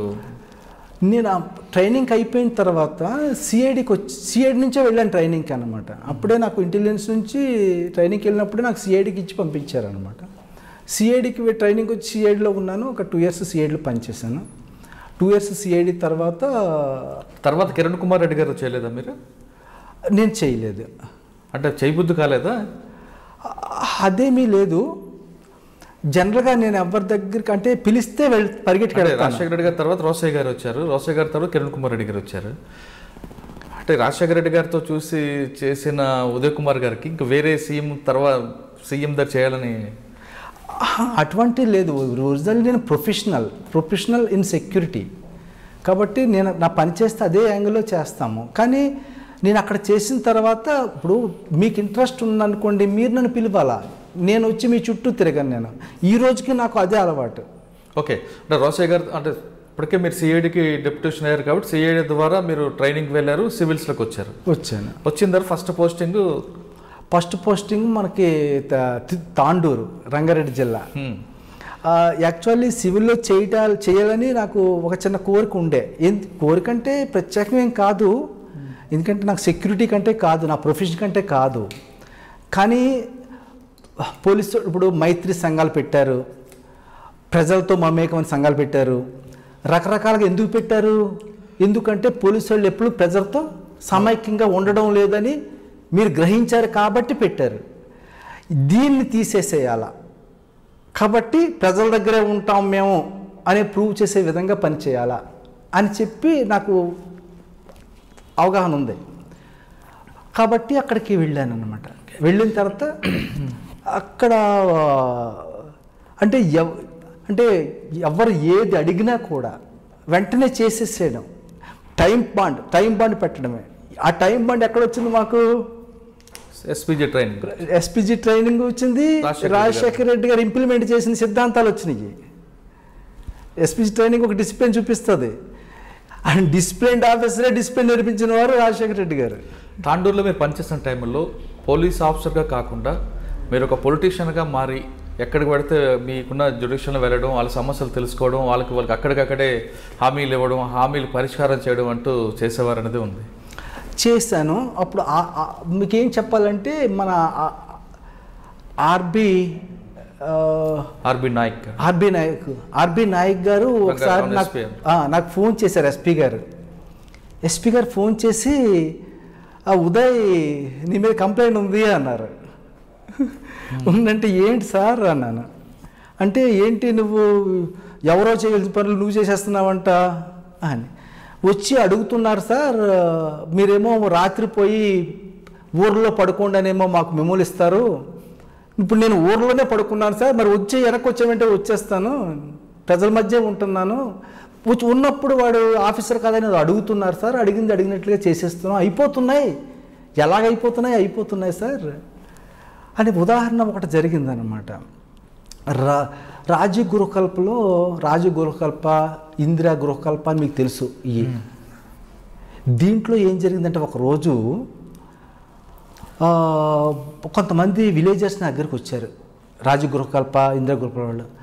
సార్ ఏమి అనుకోద్దు సార్, ఇలా చెప్తున్నామని, ఆడపిల్లలతోటి పిల్లలతోటి ఫ్యామిలీతో సంసారాలు చేసుకుంటున్నాము, కొంతమంది ఇక్కడ ఇల్లీగల్ యాక్టివిటీస్ చేస్తున్నారు సార్, ఎవడన్నా ఓనర్ అద్దెకి ఇచ్చుకోవాలంటే కొంతమంది మీద డిపెండ్ అవ్వాల్సి వస్తుంది సార్, అద్దెకి ఇవ్వాలన్నా ఇల్లు తీసుకోవాలన్నా వేరే వాళ్ళు అయిపోతూ ఉంది, కొంచెం ఇబ్బంది పడుతున్నాం సార్ ఉండాలంటే ఇక్కడ, కానీ ఈ స్థాయి కంటే మా స్థాయి లేదు, ఇల్లు కాల్చేసిపోయే స్థాయి కంటే నేను చూసుకుంటాను, మీరు మర్చిపోండి అని చెప్పి విడిచిపెట్టేశాను. సైలెంట్ అయిపోయాను. ప్లాన్ చేసుకున్నాం 1 వీక్ గ్యాప్ ఇచ్చి, ఎందుకంటే వెంటనే వేస్తే ఈ మెసేజ్ బయటికి వెళ్ళిపోద్ది. 2-3 రోజులు వేడిగా ఉంటుంది అక్కడ, 3 రోజుల తర్వాత మర్చిపోతారు, ఏం లేదు పోలీసులు పట్టించుకోవట్లేదు అనేసి. కాబట్టి పట్టించుకునే స్థాయికి ఒక 1 వీక్ తీసుకొచ్చామంట, 5 to 7 days తీసుకొచ్చి తెల్లవారుజాము 3 గంటలకు గ్యాదర్ అయ్యాం మొత్తం సబ్ డివిజన్. అప్పుడు కూడా ఆర్బి నాయక్ గారే ఉన్నారు, ఎస్పీ గారు. ఇన్ఫర్మేషన్ ఇవ్వాలని చెప్పి రాత్రి 10 గంటలకి సార్ సారీ సార్ లేట్గా చేసినందుకు ఈ విధంగా ప్లాన్ చేస్తాను సార్, ఈ పరిస్థితి ఉంది సార్ అని చెప్పాను. ఇటువంటి మంచి పనులు చేయడానికి నాకు చెప్పాలా, ముందు పోయి చూసుకుని రా అన్నాడు. అంటే ఎంకరేజ్మెంట్ అంటే పాజిటివ్ అనమాట. అంటే సరే సార్ వెళ్ళాం. తెల్లవారుజామున చెక్ చేసిన తర్వాత అంతా అయిపోయింది, మొత్తం మనం చేయవలసిన ఆపరేషన్ అంతా చేసేసాము. ఎవడైతే ఉంటాడో వాడిని పట్టుకున్నాము, ఎవరైతే ఉంటారో వాళ్ళందరూ క్లబ్స్లోకి వచ్చారు, భయంలోకి వచ్చారు. అయిపోయిన తర్వాత బయట ఫాలో చేసుకుని షబాస్ వెల్డాన్, అంటే రాత్రి అంతా పనిచేశారు కదా మా వాళ్ళు, కాబట్టి వెల్డాన్ అని చెప్పేసి వాళ్ళకి నేను అందరికీ నిలబడి డీబ్రీఫ్ చేస్తాను. బ్రీఫింగ్ అంటే ముందు చెప్పేది, డీబ్రీఫింగ్ అంటే అయిపోయిన తర్వాత మాట్లాడేది. కాబట్టి మాట్లాడుతూ ఉంటే రాజగృహంలో 20 మంది వచ్చారు. ఏంటి వీళ్ళు వస్తున్నారు, ఏది జరిగిందా అండి, గొడవ చేస్తారేమో, ఏమవుతున్నారు చూద్దాం చెప్పి, చూడంటారు బాబు అని చెప్పి మేము రెడీ అయిపోయాం. అటప్పటికి దగ్గరికి వచ్చి సార్ ఎంతో మందికి చెప్పాం సార్, తాగటానికి నీళ్ళు లేవు సార్, ఒక బోర్ ఉండేది సార్, ఆ బోర్ కూడా ఎండిపోయింది సార్, పట్టించుకునే నాదులు లేదు సార్, మాకు ఏమైనా బోర్ వేసి నీళ్ళు ఇప్పించగలరా అన్నాడు. ఉదయ్ కుమార్ నీళ్ళు ఇప్పిస్తాడా, నేనేదో చెక్ చేసుకోవడానికి వచ్చాను పోలీసు వాడిని, ఇదేంటి ఇలాగా అన్నారని. నాకు ఒక చిన్న అలవాటు కూడా వచ్చింది. ఏంటంటే జనరల్గా నాకు ఎవరైనా పని చెప్తే ఆ రోజుల్లో పని అయిపోతూ ఉండేది. చూద్దామబ్బా ఆలోచిస్తాను, కానీ మీ పని ఎలాగ అవుతుందో కానీ అయిపోతుంది చూద్దాంలే అని చెప్పి వెళ్ళిపోయాం. సాయంత్రం 4 గంటలకు బోర్ పడిపోయింది, అంతే. బోర్ వేసేసి ఇనాగ్రేట్ చేసేసాము అంతా.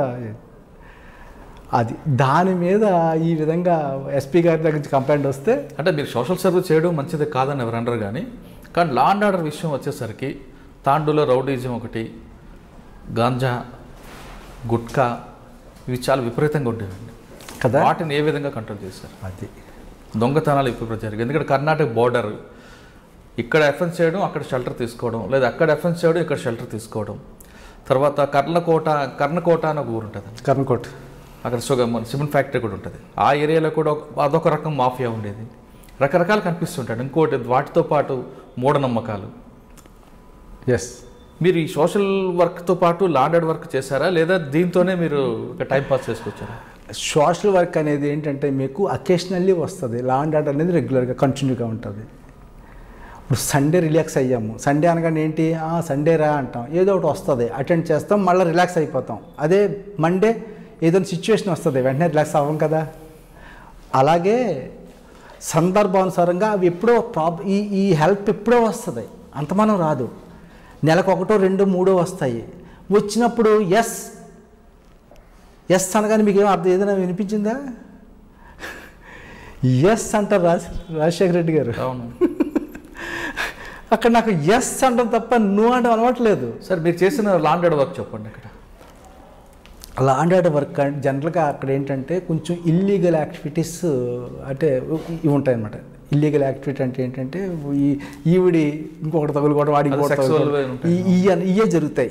దీనివల్లే మర్డర్స్ జరుగుతాయి, అంతే. ఇంతకు మించి ఎక్కువ సెక్సువల్ మర్డర్స్ జరుగుతాయి, ఎక్కువ ఇవే ఉంటాయి. ఇంతకు మీరు మూఢనమ్మకాలు అన్నారు, అవి దానికైతే క్లాసెస్ కండక్ట్ చేస్తాము. దీనికంటే చిన్న ఎగ్జాంపుల్ ఒక స్టోరీ చెప్తాను. ఒకరోజు ఒక చిన్న పుంత అన్నమాట. పుంతలో ఒక స్త్రీ అంటే స్త్రీ ఏమో తెలీదు, స్త్రీయే కాల్చేస్తారన్నమాట. అంటే కంప్లీట్ తెలియట్లేదు, ఎవరు కాలిపోయింది అంతే. అప్పుడు మేము చూసాము, ఏంటిది, ఎవరు, ఏంటి, ఎక్కడ అనేటప్పటికి కొంచెం చిన్న చిన్న బట్ట ముక్కలు అవి ఉంటాయి కదా, చిన్న చిన్న బట్ట ముక్కలను బట్టి మనకి స్త్రీ అని తెలుస్తుంది అనమాట. ఒక స్త్రీ జరిగింది. మరి ఈవిడ ఎవరు, ఏంటి, ఎవరు చేశారు, ఏమీ లేదు, ఫేస్ లేదు, నో క్లూస్, ఎనీ కంప్లైంట్ ఏమీ లేదు. సరే ఈ లోపల మాకు శవ పంచనామా చేస్తాం అక్కడ స్పాట్లోనే. పంచనామా చేస్తూ అన్ని ఇంకా నిశ్చితంగా ఏమంటే చూట కూడా ఏమీ లేదు. కానీ సమ్ సిల్క్ జాకెట్ ఏదో జాకెట్ ఉంది. జాకెట్ లోపల చిన్న నోట్బుక్ ఉంది, చిన్న ఫోన్ నెంబర్ రాసుకుంటాం కదా, అటువంటి బుక్ ఒకటి ఉంది. ఇంత కాలిపోయినా ఈ జాకెట్ లోపల ఉన్న ఆ బుక్ అన్ని పేజీలు కాలిపోలేదు. దాన్ని బయటకు తీస్తే దాంట్లో కొన్ని నెంబర్లకు ట్రై చేస్తే నెమ్మదిగా, ఎందుకంటే ఎవరికి అనుమానం వచ్చినా కూడా మళ్ళీ మనకి దొరకరు, నెమ్మదిగా ట్రై చేస్తే అప్పుడు ఈ బట్ట ముక్కలతోటి కాకుండా 3 రోజుల తర్వాత మాకు మిస్సింగ్ కేసు ఒకటి కూడా వచ్చింది, వీడు కనిపించట్లేదు అని. అప్పుడు ఆ మిస్సింగ్ వాళ్ళని ఈ బట్ట ముక్క చూపిస్తే ఏమిటి అంటే అది అయిన తర్వాత సరే ఈవిడికి ఇంకా నెక్స్ట్ కాంటాక్ట్స్ ఏంటి అని, కాంటాక్ట్స్ అంటే పెళ్లి చేసుకోమని పెద్ద తెచ్చిందంట. ఈ గోళ్ళను వదిలించుకోవడం కోసం కాల్ చేశాడు. అంటే చిన్న పేపర్ ముక్కతోటి క్లూ వచ్చింది, లేకపోతే రాదు. తర్వాత ఇంకొక మరో విషయం చెప్పి, ఎందుకంటే ఇంకా ముందుకు వెళ్దాం. ఇంకొక చిన్న ఇటువంటి కేసెస్ సేమ్.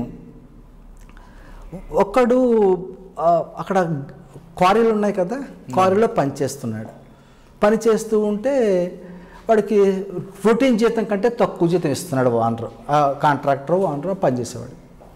తక్కువ జీతం ఇస్తూ ఉంటే వాళ్ళ భార్య ఇంటి దగ్గర గోల, అందరికీ ఒక జీతం వస్తే నీకేంటి తక్కువ వస్తుంది, ఏం చేస్తున్నావు, ఎవరికైనా పెడుతున్నావు బయట, ఏం చేస్తున్నావు అని చెప్పి గొడవ పెడుతుంది. గొడవ ఎక్కువైపోయి తట్టుకోలేక వాళ్ళ ఓనర్ని అడిగాడు, చేతే లేకపోతే పో అని చెప్పి వాడు ఏదో సమాధానం చెప్పాడు. ఏమో వీడి వల్లే నాకు వస్తుంది ఈ ప్రాబ్లం అని చెప్పేసి రాత్రి వాడి ఇంటికి వెళ్ళాడు గొడ్డలు పట్టుకుని. వీడును వాళ్ళ తమ్ముడు పక్కన పడుకున్నారు బయట, ఊర్లో బయట పడుకుంటారు, బయట పడుకుంటే గొడ్డలతో ఇద్దరు నరికేసాడు. నరికేసిన తర్వాత నరికేసి వెళ్ళిపోయాడు. వెళ్ళిపోయి ఎక్కడికి వెళ్ళిపోయాడు వీడు, మన ఆ బార్డర్ కర్ణాటక బీదర్ బార్డర్లోకి వెళ్ళిపోయాడు. ఎందుకంటే ఇక్కడ వాళ్ళు అక్కడ పోతూ ఉంటారు, అక్కడ పోతూ ఉంటారు, మామూలే ఇది రొటీన్ అనమాట వీళ్ళకి. వెళ్ళిపోయిన తర్వాత ఇది ఎలాగా ఏంటి ఎక్కడ అనేసి తీసుకొస్తూ ఉంటే నెమ్మదిగా చేస్తే ఎవరైతే అక్కడ చంపాడో చనిపోయిన వాళ్ళకి వాళ్ళ ఆవిడకి ఇల్లీగల్ కాంటాక్ట్ ఉంది. అంటే ఇది స్లో, ఇంకా టైం 1 వీక్ అలా 10 రోజులు అలా పట్టేస్తుంది అనమాట. ఇల్లీగల్ కాంట్రాక్ట్ ఉంటే అప్పుడు దాని నుంచే తీసుకొస్తే అప్పుడు అర్థమైంది, ఓహో ఇది కూడా ఉందా అనేసి. అప్పుడు ఆ యాంగిల్లో పట్టుకుని అప్పుడు తీసుకొచ్చాం. అంటే చనిపోయిన వాడితో ఎక్యూజ్డ్ వైఫ్కి ఇల్లీగల్ కాంటాక్ట్ ఉంది. మరి ఉన్నప్పుడు డబ్బులు ఎందుకు ఇవ్వట్లేదు, ఏమి ప్రెజర్ ఇస్తుంది? ఇది అంటే డబ్బులు అనేది ఇంకో విషయం. ఓకే, డబ్బులు అనేది ఎందుకంటే నన్ను గ్రిప్లో పెట్టుకోవాలనేమో, కంట్రోల్లో పెట్టాలనేమో. అంటే ఈవిడ ప్రపోజ్ చేసింది డిసీజ్డ్కి, లేదా డిసీజ్డ్ ఈమెనే కంట్రోల్లో పెట్టుకున్నాడా? డిసీజ్డ్ కాదు, ఎవడైతే డబ్బులు ఇస్తాడో డబ్బులు ఇచ్చేవాడు వీడికి తక్కువ ఇచ్చేవాడు. అది ఎందుకు అని అది కరెక్ట్గా మనం, ఎందుకంటే ఇప్పుడు మీరు చెప్తున్నట్లుగా ఎక్యూజ్డ్ వైఫ్ డిసీజ్డ్తో సెక్సువల్ జెల్సీ ఉందంటున్నారు. ఓకే, వీళ్ళిద్దరి మధ్యన ఇల్లీగల్ కాంటాక్ట్ ఉన్నప్పుడు వీడు డబ్బులు తక్కువ ఇచ్చినా మరి ఎక్యూజ్డ్ వైఫ్ భర్తకి ఎందుకు ప్రజరిస్తుంది? ఎందుకంటే ఆల్రెడీ ఇద్దరి మధ్య ఇంటిమేసీ ఉంది కదా, మరి వీడికి ఎందుకు డబ్బుల గురించి అడుగుతుంది? వాడికి అడిగితే వాడే డబ్బులు ఇస్తాడు కదా ఎక్కువ. ఇక్కడ ఉన్నది కాంటాక్ట్. యాక్చువల్లీ ఏం జరిగిందంటే, అంటే ఇది రెండు, కానీ ప్రెజర్ మాత్రం వైఫ్ నుంచే వచ్చింది. ఓకే, లేకపోతే వీడు అక్కడికి అసలు ఆ ఇష్యూ వాడికి లేదు. ఈ విషయం కూడా మనకి ఎంక్వైరీలో తెలిసింది. కాబట్టి ఆ ప్రెజర్ ఎలా వచ్చిందంటే, వీడికి భార్య ప్రెజర్ తప్ప మిగిలిన ప్రెజర్లో వీడికి తెలియదు. అది మరి భార్య వాడిని ఎందుకు ప్రెజర్ చేసింది, సైడ్ ఎఫెక్ట్ ఉండి అంటే భర్తకు అనుమానం రాకుండా ఉండాలని చేయొచ్చు. ఓకే, సరే అలా జరిగిన తర్వాత వీడు ఏం చేశాడు, బేదరు పారిపోయాడు కదా. మనకి అనుమానం వచ్చింది, సోన్స్ అని ఇప్పుడు మనకి స్మెల్ వచ్చింది. స్మెల్ వస్తే ఏం చేసామండి, నెమ్మదిగా పట్టుకొచ్చాం. బేదరు వెళ్ళిపోయిన వాళ్ళందరూ, అటుకు వెళ్ళిపోయిన వాళ్ళందరూ దొరికిపోతుంటారు. ఎందుకంటే ఒక షెల్టర్ ఉంటుంది అనమాట. ఆ షెల్టర్లో ఉన్న వాళ్ళు కూడా మనకు కాంటాక్ట్లో ఉంటారు. ఒరే బాబు ఎవరైనా వచ్చాడో షెల్టర్ తీసుకుంటున్నాడో చెప్పరా బాబు అంటే వస్తుంటారు అనమాట. అది సరే తీసుకొచ్చిన తర్వాత వాడు ఒప్పుకోలేదు, అస్సలు ఒప్పుకోలేదు. ఒప్పుకోకుంటే జనరల్గా నా ఎక్స్పీరియన్స్ ప్రకారంగా జనరల్గా రాత్రి అంతా పడుకోలేదు వాడిని. పగలంతా చేసాం, రాత్రి కూడా పడుకోనివ్వలేదు.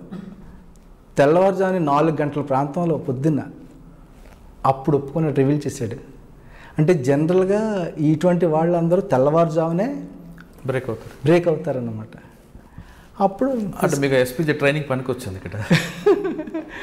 కూర్చున్నాం, అందరం కూర్చున్నాం, రాత్రి అంతా కూర్చున్నాం. మీకంటే అలవాటు కాబట్టి వాడు మీరు పడుకోరు, వాడికి నిద్ర వస్తుంది కాబట్టి వాడు. సార్ తాండూరు తర్వాత మీరు నెక్స్ట్ పోస్టింగ్? తాండూరులో ఉండగానే నాకు ఎర్రచందనం పోస్టింగ్ వచ్చింది. అది ఎర్రచందనం చీఫ్ ఆఫ్ ది ఎర్రచందనం చిత్తూరు. కానీ నాకు శేషాచలం అడవుల్లో ఎర్రచందనం ఉంది, కానీ యాక్చువల్లీ నా అవగాహనలో లేదు. ఎందుకు ఆ రోజు మా ఎస్పీ రాజ్కుమార్ గారు నాకు పొద్దున్నే ఫోన్ చేసి, ఉదయ్ నువ్వు చిత్తూరు వెళ్తున్నావా టాస్క్ ఫోర్స్కి అన్నారు. ఏం టాస్క్ ఫోర్స్ అమ్మా అన్నాను. ఎర్రచందనం, నాకు మంచి గంధం తప్ప ఎర్రచందనం తెలియదు ఆ రోజు. ఇది ఒక శాండిల్ ఉందని కూడా తెలియదు. నిజంగా తెలియదు అంటే పోలీస్ ఆఫీసర్గా నీకు తెలియదా అనొచ్చు. ఎందుకంటే నేను రాయలసీమ టెరైన్ కాదు, నేను అక్కడెక్కడ దేంట్లోనూ పనిచేయలేదు. ఒక రాజశేఖర రెడ్డి గారి దగ్గర పనిచేసినప్పుడు ఆయనతో పాటు సిఎస్ఓగా వెళ్ళేవాడినే తప్ప ఫీల్డ్లోకి వెళ్ళిన ఆఫీసర్ని కాదు. అది మీకు అక్కడ భౌగోళిక పరిస్థితి కూడా తెలియదు. భౌగోళిక పరిస్థితి కూడా నాకు తెలియదు. దట్టు టాస్క్ ఫోర్స్ చీఫ్ అనేది డిఎస్పీ పోస్ట్ కాదు. మరి నన్ను ఎందుకు వేస్తారో నాకు తెలీదు. సాధారణంగా టాస్క్ ఫోర్స్ అనేది డీసీపీ క్యాడర్ నుంచి ఉంటుంది. డీసీపీ క్యాడర్ నుంచి ఉంటుంది, డీసీపీ లేదా డీసీపీ. దట్టు దాని మీద అవగాహన ఉన్న వాళ్ళకి ఉంటుంది. అసలు నాకు ఎర్రచందనం అంటేనే తెలీదు. అప్పుడు మేడం గారు చెప్పాను, అమ్మ మేడం సారీ అమ్మ, నాకు ఎర్రచందనం అంటే తెలియదమ్మా అన్నాను. లేదు నీకు ట్రాన్స్ఫర్ వచ్చింది అన్నాను. అయ్యో అని చెప్పి అక్కడ వాళ్ళకి ఒక ఆఫీసర్కి ఫోన్ చేశాను మామూలుగా. సార్ ఇది మంచిది కాదు, మీరు రావద్దు, వేస్ట్ అని అన్నారు. వెళ్ళకూడదు. అప్పుడు నేను ఎప్పుడు జీవితంలో సిక్ చేయలేదు. సిక్ చేయడం, డ్యూటీ ఎగ్గొట్టేయడం, సిక్ లీవ్లో వెళ్ళిపోవడం, ఇవన్నీ నాకు తెలియని విషయాలు. వెంటనే మాకు తెలుసున్న ఎడిషనల్ ఎస్పీ గారికి ఫోన్ చేసి, సార్ సారీ ఏమనుకోవద్దు, నేను ఎప్పుడు సిక్ చేయలేదు జీవితంలోనూ, ఇప్పుడు సిక్ చేసి ఇంటికి పోవాలంటే ఏం చేయాలని అడిగాను. ట్రాన్స్ఫర్ అయింది, ఛార్జ్ హ్యాండర్ చేయాలి కదా, ఛార్జ్ హ్యాండర్ చేసి నేను బయటకు పోవాలంటే ఏం చేయాలా అనుకుంటే ఇలా చెయ్యొద్దని ఇది చెప్పుకొచ్చారు. ఈ లోపల రాజశేఖర్ బాబు గారు ఎస్పీ తిరుపతి, వారు నాకు ఫోన్ చేశారు, ఉదయ్ ఎప్పుడు వస్తున్నావు అంటే, సార్ రాకూడదు అనుకుంటున్నాను అని చెప్పాను. లేదురా ఉదయ్ అంటే, సార్ అయితే నేను జర్నీ టైం వాడుకుని వస్తాను సార్ అన్నాను. అంటే పై ఆఫీస్ చెప్పారు కాబట్టి జనరల్గా కొంచెం ఒబే చేస్తాను పై వాళ్ళు చెప్తేనే. జర్నీ టైం వాడుకుంటానంటే కాదు, 25th మనకి ఇనాగరేషన్ ఉంది, మొత్తం హైదరాబాద్ నుంచి ఆల్ యూనిట్ ఆఫీసర్స్ వస్తున్నారు, మీటింగ్ జరగబోతుంది, ఆ మీటింగ్లో మరి నువ్వే హెడ్, నువ్వు ఉండకపోతే ఎలాగా అన్నారు. సరే సరే వస్తున్నాను అన్నాను. 22nd ఛార్జ్ హ్యాండ్ ఓవర్ చేశాను, 23rd బయలుదేరిపోయాను, వెళ్ళిపోయాను. 25th ఇనాగరేషన్ అయ్యింది. ఇనాగరేషన్లో ఇలా చేయాలి అలా చేయాలని నన్ను వాళ్ళందరూ పెద్ద పెద్ద ఆఫీసర్లు, ఐపీఎస్ ఐఏఎస్ కలెక్టర్స్ అందరూ వచ్చేస్తారు అనమాట. ఎడిషనల్ డీజీ ర్యాంక్ ఆఫీసర్లు కూడా వచ్చేసారు. అంటే మీకు అక్కడ ఇన్ఫా ఇచ్చారు అప్పటికి? దానికి యూనిఫామ్ ఏం లేదు. యూనిఫామ్ కదా, ఇన్ఫో అంటే ఆఫీసు వెహికల్. ఆఫీస్ లేదు, వెహికల్ లేదు. నేను ఫారెస్ట్ ఆఫీస్లో ఒక గెస్ట్ హౌస్ ఉంటే నాకు ఒక రూమ్ ఇచ్చారు గెస్ట్ హౌస్లో, ఫారెస్ట్ ఆఫీస్లో. గెస్ట్ హౌస్ దగ్గర మన గార్డెన్ చైర్లు ఉండే చూడండి, చిన్నప్పుడు మనం వేసుకునేవాళ్ళం, ఇలా ఫోల్డ్ చేసి పక్కన పెట్టేవాళ్ళం కదా, ఆ చైర్లు ఉన్నాయి. ఆ చైర్లు దానికి కాంబినేషన్ టేబుల్ ఒకటి ఉండేది, ఆ టేబుల్ తోటి వర్క్ స్టార్ట్ చేస్తాను. కానీ నాకు ఏమీ తెలియదు కాబట్టి వెళ్ళిన వెంటనే ఏంటయ్యా అని కొంతమంది మా స్టాఫ్ని పిలిచాను, వచ్చారు. అప్పుడు వాళ్ళు కూడా వచ్చారు. ఏంటంటే సరే ఇలాగ ఉంటుంది, సరే కూర్చుంటే కాదు, ఈ రాత్రికే మనం పోయి చెక్ పోస్ట్లో కూర్చుందాం. చెక్ పోస్ట్లో కూర్చుంటే తెలుస్తే కదా, డ్రామా తెలుస్తుంది కదా, నాలెడ్జ్ వస్తుంది. అసలు జీరో నాలెడ్జ్ నాకు. కాబట్టి నేను చెక్ పోస్ట్లో కూర్చున్నాను, వెహికల్స్ వచ్చినాయి, ఆపం పట్టుకున్నాం, అవగాహన వచ్చింది. ఆ విధంగా సెల్ఫ్ మేడే చేయవలసి వచ్చింది తప్ప 6 నెలల వరకు మాకు వెహికల్ లేకపోతే చిత్తూరు ఎస్పీ గారు ఒక వెహికల్ పంపించారు, తర్వాత తిరుపతి ఎస్పీ గారు ఒక వెహికల్ ఇచ్చారు. అంటే టెంపరీ, మీ వెహికల్ వచ్చినప్పుడు నువ్వు ఇచ్చేది కానీ మాకు ఉంచుకో అన్నట్లుగాను. మరి ఏమీ లేకుండా పైసలు ఏమీ లేని పరిస్థితుల్లో చార్జ్ తీసుకున్న ఉదయ్ కుమార్ గారికి ఎర్రచందనం అసలు ఎర్రచందనమే మీకు తెలియని విషయంకి అక్కడ చార్జ్ తీసుకున్నారు. వెళ్ళిన తర్వాత మీ వర్క్ ఎప్పుడు స్టార్ట్ అయింది అక్కడ? అంటే ఫుల్ ఫ్లెడ్జ్గా నాకు అవగాహన వచ్చింది, నేను ఇప్పుడు రైడ్ చేయగలను, ఎర్రచందనం స్మగ్లర్స్ పట్టుకోగలను నా నమ్మకం ఎప్పుడు ఏర్పడింది? ఒకటి ఏంటంటే యాక్చువల్లీ ఏమీ తెలియాలంటే ఏం చేయాలా, స్పాట్కి వెళ్ళాలా. ఇప్పుడు ఏదైనా ఇష్యూ జరిగిందనుకోండి, సీన్ ఆఫ్ అఫెన్స్ అంటాం, తెలుసు కదా మీకు. సీన్లోకి వెళ్ళి చూసావా అని అడుగుతారు పై అధికారులు. సీన్లో చూసిన వాడు 99% ఎప్పటికీ మర్చిపోడు సీన్ని. అందుకే సీన్లో వెళ్ళని వాడే వేరే చెప్తాడు, కోర్టులో ఫెయిల్ అవుతాయి కేసులు అవే. కాబట్టి నేను ఒకటే నమ్ముకున్నాను, ప్రతి దానికి సీన్లో ఉండాలి. అదే తాండూరులో కూడా ఊర్లో ఉండేవాడిని నేను పోయి, అలాగే సీన్లో ఉండేవాడిని. సీన్లోకి వెళ్ళిపోతుంటే నాకు అవగాహన స్పీడ్గా వచ్చేది. అంటే ఎన్ని రోజులకి మీరు గ్రిప్ తెచ్చుకున్నారు అక్కడ? అంటే 2వ రోజునే మేము నైట్ పడుకున్నాం, 3వ రోజు ఇంకో చెక్ పోస్ట్ పెట్టాం, చెక్ పోస్టులు మార్చాం. అప్పటి నుంచి స్టార్టింగ్ కదా పోవడం, ఇవాళ ఈ చెక్ పోస్టు రేపు ఇంకో చెక్ పోస్టు, ఏ చెక్ పోస్టులో దొరుకుతారు మనకి అనుకుని వాళ్ళని లోకల్గా అడిగేవాళ్ళని. మా లోకల్ పోలీస్ వాళ్ళు చెప్పేవారు. లోకల్ పోలీస్ అంటే నా దగ్గర డిప్యూటీ అయిన లోకల్ పోలీస్, అదేలేండి. మళ్ళీ వేరే వాళ్ళకి చెప్తే ఏమో ఇన్ఫర్మేషన్ లీక్ అవుద్దాం, ఎవరికి తెలుసు. అలా అంటే ఆ విధంగా మీరు ఎన్ని రైడ్లు చేశారు? ఎంత ఇది చెప్పాలంటే 1 yearలో 1064 మందిని అరెస్ట్ చేశానండి. అందులో కాహినెలన్ అది ఒక ఊరి పేరు ఉంది బెంగళూరులో అవుట్స్కట్స్లో ఉన్న ఒక ఊరు ఉంది. ఆ ఊర్లో అందరూ స్మగ్లింగ్ చేస్తారు, దాని మీద డిపెండ్ అయ్యారు, అదే వ్యాపారం వాళ్ళకని విషయం తెలిసిన తర్వాత సరే వెళదామని చెప్తే నా టీం నాకు బ్రీఫ్ చేసింది ఏమని, ఏ దారిలో లోపలికి వెళ్తామో అదే దారిలో బ్యాక్ రావాలి ఊరి నుంచి, కాబట్టి వచ్చేటప్పుడు ఏమైనా ప్రమాదం అవుతుందా అని డిస్కషన్. మనం ఒక ప్రైవేట్ కారు వేసుకుందాం, సివిల్ డ్రెస్లో ఉందాము, కాబట్టి మనకి ఎవరికి అనుమానం వచ్చే అవకాశం ఉండదు కదా, ఆ విధంగా ప్లాన్ చేద్దామని. అంతే లోపలికి వెళ్ళాం. తిరిగి వస్తూ ఉంటే దారికి అడ్డకుండా సిలిండర్స్ పెట్టేసి రోడ్ క్లోజ్ చేశారు వెళ్ళిపోకుండా. అంటే వాళ్ళకి అనుమానం వచ్చింది ఇలా, ఎందుకంటే అటువంటి కార్లు ఆ ఊర్లోకి వెళ్ళవన్నమాట. వస్తే మా డ్రైవరు అంటే మేము రైట్ సైడ్ ఎండింగ్లో ఏకదం కార్నర్లో చిన్న ఖాళీ ఇచ్చిపెట్టారనమాట, మధ్యలోనే బ్లాక్ చేశారనమాట. వెంటనే ఆ సైడ్ని తీసుకో అని చెప్పేసి సైడ్ని తీసుకుని ఇదంతా మా బండిలో ఉన్న ఒక ఇన్స్పెక్టర్ అంతా వీడియో తీశాడు. కాబట్టి ఆ వీడియో కూడా మీకు చూపించగలం అనమాట. అటువంటి రిస్క్ ఏరియాలో కూడా ఫేస్ చేసి బయటకు వచ్చానంటే మాకు ఇన్ఫర్మేషన్ ఎలా ఉంటుందంటే దొంగోడే దొంగని పట్టిస్తాడు అని చెప్తారు. మీకు తెలుసు, దొంగోడు చెప్పిన క్లూస్ పోలీసుడి కంటే వాడు బాగా చెప్తాడు, ఎందుకంటే వాడు చేసే వృత్తి అది. కాబట్టి వీళ్ళు ఎవరు దొరికినా సరే వేరే వాడు అడ్రస్ తీసుకునేవాళ్ళం, వీడికి భోజనం పెట్టేవాళ్ళం, వాడిని పట్టుకుని నైట్ ఎత్తుకొచ్చేయడమే. అంటే మీరు ఆ భౌగోళిక పరిస్థితులు తెలియకపోయినా ఆఫీసర్లు ఇచ్చారు కాబట్టి డ్యూటీ నేర్చుకున్నారు, పక్క రాష్ట్రంలోకి వెళ్ళారు, రైళ్లు చేశారు, దాదాపు 1000 మంది పైగా అరెస్ట్ చేశారు, ఒక ప్రాపర్టీ రికవర్ చేశారు.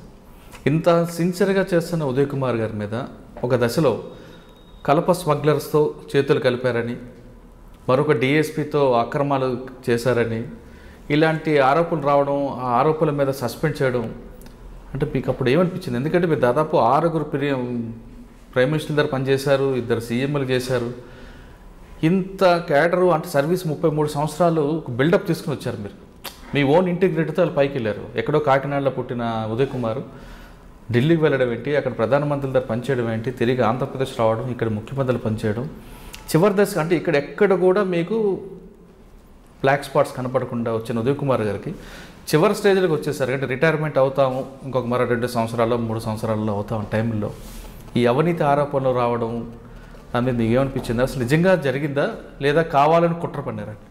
ఇది ఒకసారి కొన్ని విషయాలు డిపార్ట్మెంట్ విజ్ఞతగా వదిలిపెట్టాలి. ఎందుకంటే డిపార్ట్మెంట్కి తోలో ఉండి డిపార్ట్మెంట్ వ్యతిరేకంగా మాట్లాడటం కూడా నా సభ్యత కాదు. మాట్లాడినా ఫర్దర్ సర్వీస్ కంటిన్యూ స్మూత్గా వెళ్ళదు. మీరు చెప్పినట్లుగా మొత్తం 37 సంవత్సరాలు సర్వీస్ చేశాను డిపార్ట్మెంట్లో. 37లో లాస్ట్ 5 years నాకు 5 years ఈ విధంగా వచ్చింది. లాస్ట్ 5 years ముందు వరకు నా ఎంటైర్ క్యారియర్లో ఒక్క బ్లాక్ స్పాట్ లేదు, ఒక పనిష్మెంట్ లేదు, ఛార్జ్ మెమోలు అస్సలు లేవు, ఛార్జ్ మెమోలు లేవు, ఏమీ లేవు. ఎస్పీజీలో ఉన్న కమెండేషన్లు ఉన్నాయి, పిఎంలు పర్సనల్గా ఇచ్చిన లెటర్స్ ఉన్నాయి, ఎప్రిషియేషన్ లెటర్స్. చిదంబరం హోమ్ మినిస్టర్గా ఉన్నప్పుడు వారు ఇచ్చిన పర్సనల్ లెటర్స్ ఉన్నాయి. తర్వాత వాంచు గారే స్వయంగా నేను చేసిన పనికి ఉదయ్ కుమార్ ఎప్రిషియేట్ అని చెప్పేసి ఒక ఎప్రిషియేషన్ లెటర్ ఇవ్వడం, ఇదంతా మనిషిని బ్యాడ్ హ్యాప్ స్పాట్స్ ఉంటే ఇవ్వరు.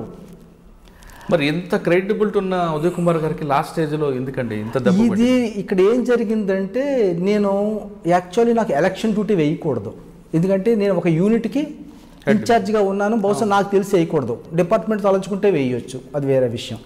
ఎందుకంటే యూనిట్ హెడ్ అని తీసుకెళ్ళి వేరే డ్యూటీలు వేయరు. ఎందుకంటే నేను ఎర్రచందనం యూనిట్కి హెడ్గా ఉన్నాను అండర్ సూపర్విజన్ ఆఫ్ ఎస్పీ గారు. ఎస్, అది మీ లాండ్ ఆర్డర్ కాదు కాబట్టి వేయకూడదు. కానీ నన్ను ఎలక్షన్ డ్యూటీకి వేస్తారు. ఎక్కడ? శ్రీకాళహస్తిలో రూరల్ వేయమన్నారు. రూరల్ వేయమన్నప్పుడు అక్కడ ఒక చోట రిగ్గింగ్ అవుతుందనేసి సెట్లో చెప్పినారు, వైర్లెస్ సెట్లో చెప్తే అక్కడ ఇన్స్పెక్టర్ గారు కూడా నాతో పాటు రూరల్లో ఉన్నారు, శ్రీకాళహస్తి సిఐ గారు. శ్రీకాళహస్తి డిఎస్పీ గారు శ్రీకాళహస్తిలోనే ఉన్నారు.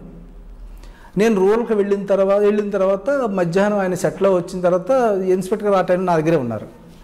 సార్ 2 స్పాట్ల రిగ్గింగ్ అవుతుంది, ఇబ్బంది అవుతుందని చెప్తున్నారు, కాబట్టి మీరు ఈ చోటుకి వెళ్ళండి, నేను ఈ చోటుకి వెళ్తానని చెప్పి ఇద్దరు డివైడ్ అయ్యి వెళ్ళాం. వెళ్ళిన తర్వాత ఎక్కడికైతే నేను వెళ్ళానో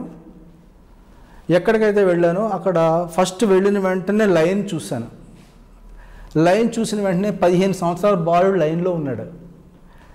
ఏం చదువుతున్నావు అని అడిగాను. 10th class sir. 10th class కూడా ఓటు హక్కు ఉందా? ఒకసారి బయటికి రా నాన్న అన్నాను. ఎప్పుడైతే బయటికి రా అన్నానో ఒక అనుమానితుడు కొంచెం అక్కడ కనిపించాడు లైన్లో. నీ పేరేంటి అన్నాను. వాడు పేరు చూపించాడు. నీ పేరేంటి? అది నీ చేతిలో ఉన్న స్లిప్ ఇయ్యి అన్నాను. స్లిప్కి పేరుకి తేడా వచ్చేసింది. వెంటనే నువ్వెవరు, ఎందుకు వచ్చావు, బండి ఎక్కించు. రూమ్లోకి వెళ్ళాను. అంటే ఓటింగ్ రూమ్లోకి మేము వెళ్ళకూడదు, గుమ్మం దగ్గరికి వెళ్ళాను. గుమ్మం దగ్గర నిలబడి పిఓ గారు కంప్లైంట్, పిఓ గారు ఏమిటండి అని అడిగాను. సార్ మీరు ఉండండి సార్, దయచేసి ఏడిపించేస్తున్నారు సార్, నేను యోగా చేసుకునేవాడిని సార్, నన్ను వేశారు సార్ ఈ డ్యూటీకి, నేను ఇబ్బంది పడిపోతున్నాను సార్ అన్నాడు. సరే నేను ఉంటాను, సరే ఒక్కటి వినండి, పోలింగ్ అనేది స్మూత్గా జరిగే వ్యవహారం, ఎవరైనా డిస్టర్బ్ చేశారంటే చెప్తాను, తీసుకెళ్ళిపోతానండి, నేను నా గురించి తెలుసు కదా, నేను task force incharge, task force అంటే టాస్క్ ఫోర్సే, ఇంకా డౌట్ లేదు అని చెప్పేటప్పటికి అంతే, అందరూ సైలెంట్. 170 ఓట్లు పడవలసినవి, ఇంకా ఓటింగ్కి ఎవరు రాలేదు, లైన్ బంద్, ఓటింగ్ బంద్, అన్నీ ఆగిపోయినాయి. అంటే నేను ఆపలేదు, వస్తే ఎవరు రావాలి, రిగ్ చేసేవాళ్ళు రావాలి, ఎవరు రాలేదు. తర్వాత అక్కడ కొంతమంది అన్నారని నాకు ఇన్ఫర్మేషన్ వచ్చింది, వాడు సంగతి చూస్తాము, మాకు ఓట్లు లేకుండా చేస్తాడు, ఇప్పుడు పార్టీ వ్యవహారం ఏదో పెట్టుకున్నట్టున్నాడు కాబట్టి అని. అంతేకాకుండా ఫీడ్బ్యాక్ కూడా పైకి రాంగ్ ఇచ్చినారు, ఏమని, రాజశేఖర్ దగ్గర పనిచేశాడు కాబట్టి మన వాళ్ళందరినీ అరెస్ట్ చేస్తున్నాడు అని రాంగ్ ఫీడింగ్ కూడా వెళ్ళిందని నాకు ఇన్ఫర్మేషన్ వచ్చింది.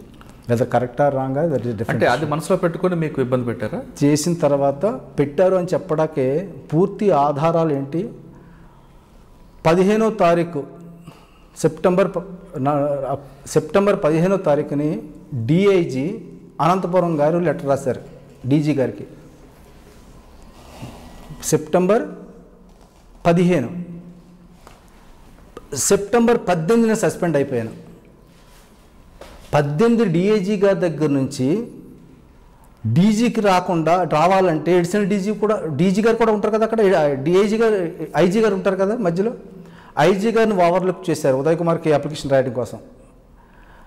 పోనీ మీ ఎడిషనల్ డీజీ గారు కూడా ఉన్నారు కదా లా అండ్ ఆర్డర్, వారు కూడా చూపించవచ్చు కదా ఈ విషయాన్ని, అప్లికేషన్ వెళ్ళాలి కదా. తిన్నగా డీజీకి వచ్చింది. ఏమని రాశారండి అంటే ఒక స్టేట్మెంట్ రికార్డ్ చేస్తారు. స్టేట్మెంట్లు ఏంటి స్టేట్మెంట్లు, అది మామూలుగా ఎంక్వైరీలో భాగంగా చేసి వాళ్ళ చేత సంతకాలు పెట్టించుకొని, ఇప్పుడు ఆ కాగితాలు ఇప్పుడు కూడా నా దగ్గర ఉన్నాయి. అంటే వాళ్ళు పెట్టిన ఎలిగేషన్ ఏంటంటే స్మగ్లర్తో కుమ్మక్కయ్యి వాళ్ళ దగ్గర నుంచి మంత్లీ వసూలు చేస్తున్నాడు అని పెట్టి వచ్చారనమాట. సరే, ఆ ఎలిగేషన్లో మీతో పాటు కడప జిల్లాకు సంబంధించిన ఒక డిఎస్పీని కూడా ఇన్వాల్వ్ చేస్తున్నట్టున్నారు కదా. అది వేరే ఇష్యూ, ఇది వేరే ఇష్యూ. కానీ మీ ఇద్దరికి సంబంధం లేదు. మాకు సంబంధం లేదు. ఆయన రాజంపేటలో డిఎస్పీగా చేస్తున్నారు. సస్పెన్షన్ ఆర్డర్ వచ్చినప్పుడు మా ఇద్దరి వచ్చినాయి అనమాట. అప్పుడు ఈయనెవరా అనుకుని అప్పుడు ఎంతవరకు మీ ఇద్దరికి పరిచయం లేదు. రాజంపేట డిఎస్పీ అంటే పేరు తెలుసు, కలిసి పనిచేయడం లేదు, అక్కడ కలిసి పనిచేయలేదు. సస్పెండ్ అయిన తర్వాత అప్పుడు మాట్లాడుకున్నాం ఫోన్లో, మేము ఫస్ట్ టైం మాట్లాడుకోవడం. అయ్యో ఏమండి మీకేంటండి ఇష్యూ అని, మీకేంటండి ఇష్యూ అన్నట్లుగా. ఓకే, అంటే మీకు అనంతపురం డిఐజీ గారు పంపించారు మీ మీద 15వ తారీఖు సెప్టెంబర్ 18 మీకు సస్పెండ్ ఆర్డర్ వచ్చింది. అంత స్పీడ్గా ఎలాగ వచ్చేస్తుంది మీరు వెళ్ళి మరి డీజీ గారిని కలిసి మీరు ఎక్స్ప్లెనేషన్ ఇచ్చుకున్నారా? తండ్రిగా వ్యవహరించిన వాళ్ళు తండ్రిగా వ్యవహరించకపోతే పిల్లవాడు ఎవరికి చెప్పుకోవాలా? పెద్దవాడు ఎప్పుడు తండ్రిగానే ఉండాలి, తండ్రి వినాలా. సరే, నాకు 2 నెలల ముందే డీజీపీ ఆఫీస్కి పిలిపించారు, డీజీపీ ఆఫీస్లో పెట్టారు. డీజీపీ ఆఫీస్లోనే ఉన్నాను నేను. ఉన్నప్పుడు ఏమీ లేదే, సడన్గా పిటిషన్ రాయాలనుకుంటే నేను జూన్ 30గా వచ్చేసాను హైదరాబాద్. సెప్టెంబర్ 15th వరకు ఈ పిటిషన్లు ఏం చేస్తున్నాయి? ఒకటి, సపోజు ఒక డిఎస్పీని సస్పెండ్ చేయాలంటే ఏం చేయాలా? కనీసం ప్రిలిమినరీ ఎంక్వైరీ అయితే చేయాలి కదా. వెదర్ నిర్ధారణ, దీంట్లో సాక్ష్యాధారాలు కొంచెమన్నా ఉంటే ఉన్నాయి కాబట్టి ఫర్దర్ ఎంక్వైరీ తర్వాత చేస్తాం, ముందు సస్పెండ్ చేస్తాం, ఇన్ ద పబ్లిక్ ఇంట్రెస్ట్. కానీ ఆ రోజు వరకు తిరుపతిలో ఆ రోజు వరకు ఏ పత్రిక అయినా నా మీద వ్యతిరేకంగా ఒక్క కామెంట్ అన్నా చేసిందా? ఒక్క టీవీ అన్నా ఉదయ్ కుమార్కి ఏం చేసిందా? లేదా ఒక్క మెమో అయినా Uday you are not up to mark, ఒక మెమో కరెక్ట్ యువర్ సెల్ఫ్ అని వార్నింగ్ మెమోలు ఏమైనా ఇచ్చారా? కానీ మీకు సస్పెండ్ అయిన తర్వాత మాత్రం మీ మీద వ్యతిరేక వార్తలు వచ్చాయి. అదే ఆఫీసర్లు వార్నింగ్ మెమో ఇవ్వచ్చు, గైడ్లైన్స్ ఇవ్వచ్చు, Uday you have to follow the rules of the source, ఈ విధంగా చేయాలి అని ఇవ్వచ్చు. ఫాదర్ కదా, ఫాదర్ ఏం చేస్తాడు? కరెక్షన్ చేస్తాడు, తప్పు తిత్తాడు, లేకపోతే వాళ్ళు ఎంప్లాయ్ కొడతాడు. ఇది చంపేయడం ఏంటి? ఆత్మహత్య సూసైడ్ చేయడం ఏంటి? ఇది మర్డర్ చేయడం ఏంటి? అంటే మీరు అన్నట్లుగా అప్పుడున్న డీజీ గారు ఒక ఫాదర్గా మీ వెర్షన్ వెళ్ళలేదు, కానీ మీకు అప్పుడున్న సీఎంతో మీకు ఆల్రెడీ ర్యాపో ఉంది. ఎందుకంటే ఆయన దగ్గర మీరు పనిచేశారు రాజశేఖర రెడ్డి గారికి ముందు. మీరు వెళ్ళి ఆయన దగ్గర ఈ విషయం చెప్పొచ్చు కదా. ఆయన అప్పుడు చంద్రబాబు నాయుడు గారు సీఎం. చంద్రబాబు నాయుడు గారు సీఎంగా ఉండాలంటే నేను వెళ్ళాలి అంటే నన్ను ఎవరన్నా తీసుకువెళ్ళాలి. నేను డిఎస్పీని. చాలామంది పోలీస్ ఆఫీసర్ తెలుసు, ఉదయ్ నీకు అన్యాయం జరిగింది అని చాలామంది చెప్పారు. కానీ ఎవరు పోయి డీజీకి చెప్పలేదు, ఎవరు పోయి సీఎంకి చెప్పలేదు.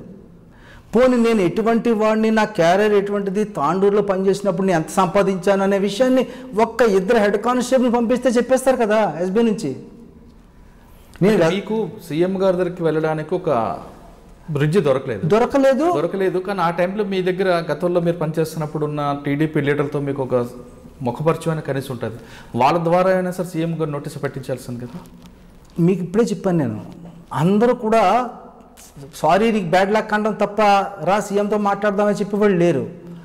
నేను ఒక సిఎస్ఓగా పనిచేశాను.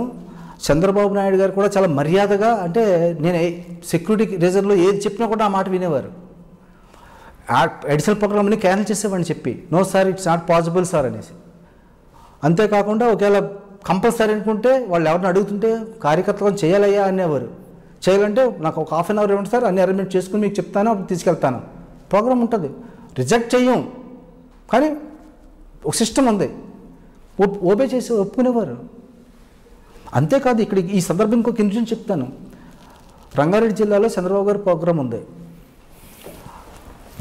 ఉంటే అక్కడ మన ఆ ఎపిసోడ్కి వెళ్ళే ముందు ఇప్పుడు కంటిన్యూ అవుతున్నాం. చంద్రబాబు నాయుడు గారికి మీకు పరిచయం ఉన్న వేరే ర్యాపో అంటే వేరే ఛానల్ లేకపోవడంతో మీరు వెళ్ళి ఆయనకి మీ వెర్షన్ చెప్పుకునే అవకాశం లేదు. ఓకే, కానీ ఇప్పుడు మీకు డిపార్ట్మెంట్కి తండ్రి లాంటి వారు డీజీ గారికి మీ గురించి ఆల్రెడీ తెలుసు. ఎందుకంటే మీరు సెంట్రల్ ఎస్పీ నుంచి వచ్చారు, చాలా ట్రైనింగ్ చేశారు, ఆయనతో పాటు మీరు కూడా సర్వీస్ క్యారీ చేశారు. అటువంటి డీజీ గారికి మీ గురించి చెడ్డగా ఎవరు చెప్పారని అనుకుంటున్నారు? డీజీ గారికి చెప్పారా? 15, నేను అదే అంటున్నానండి, 15 వచ్చిన పిటిషన్ 18 సంతకం అయిపోయింది. బహుశా ఆ రోజు డీజీ గారు నేను మీరు ఇంటర్వ్యూ చేశారు కదా, ఏం పేరు సరే మీరు డీజీ గారు ఇంటర్వ్యూ చేశారు, రాముడు గారు, ఏవి రాముడు గారు, మీరు ఇంటర్వ్యూ చేశారు. మీ ఇంటర్వ్యూ విన్నాను నేను.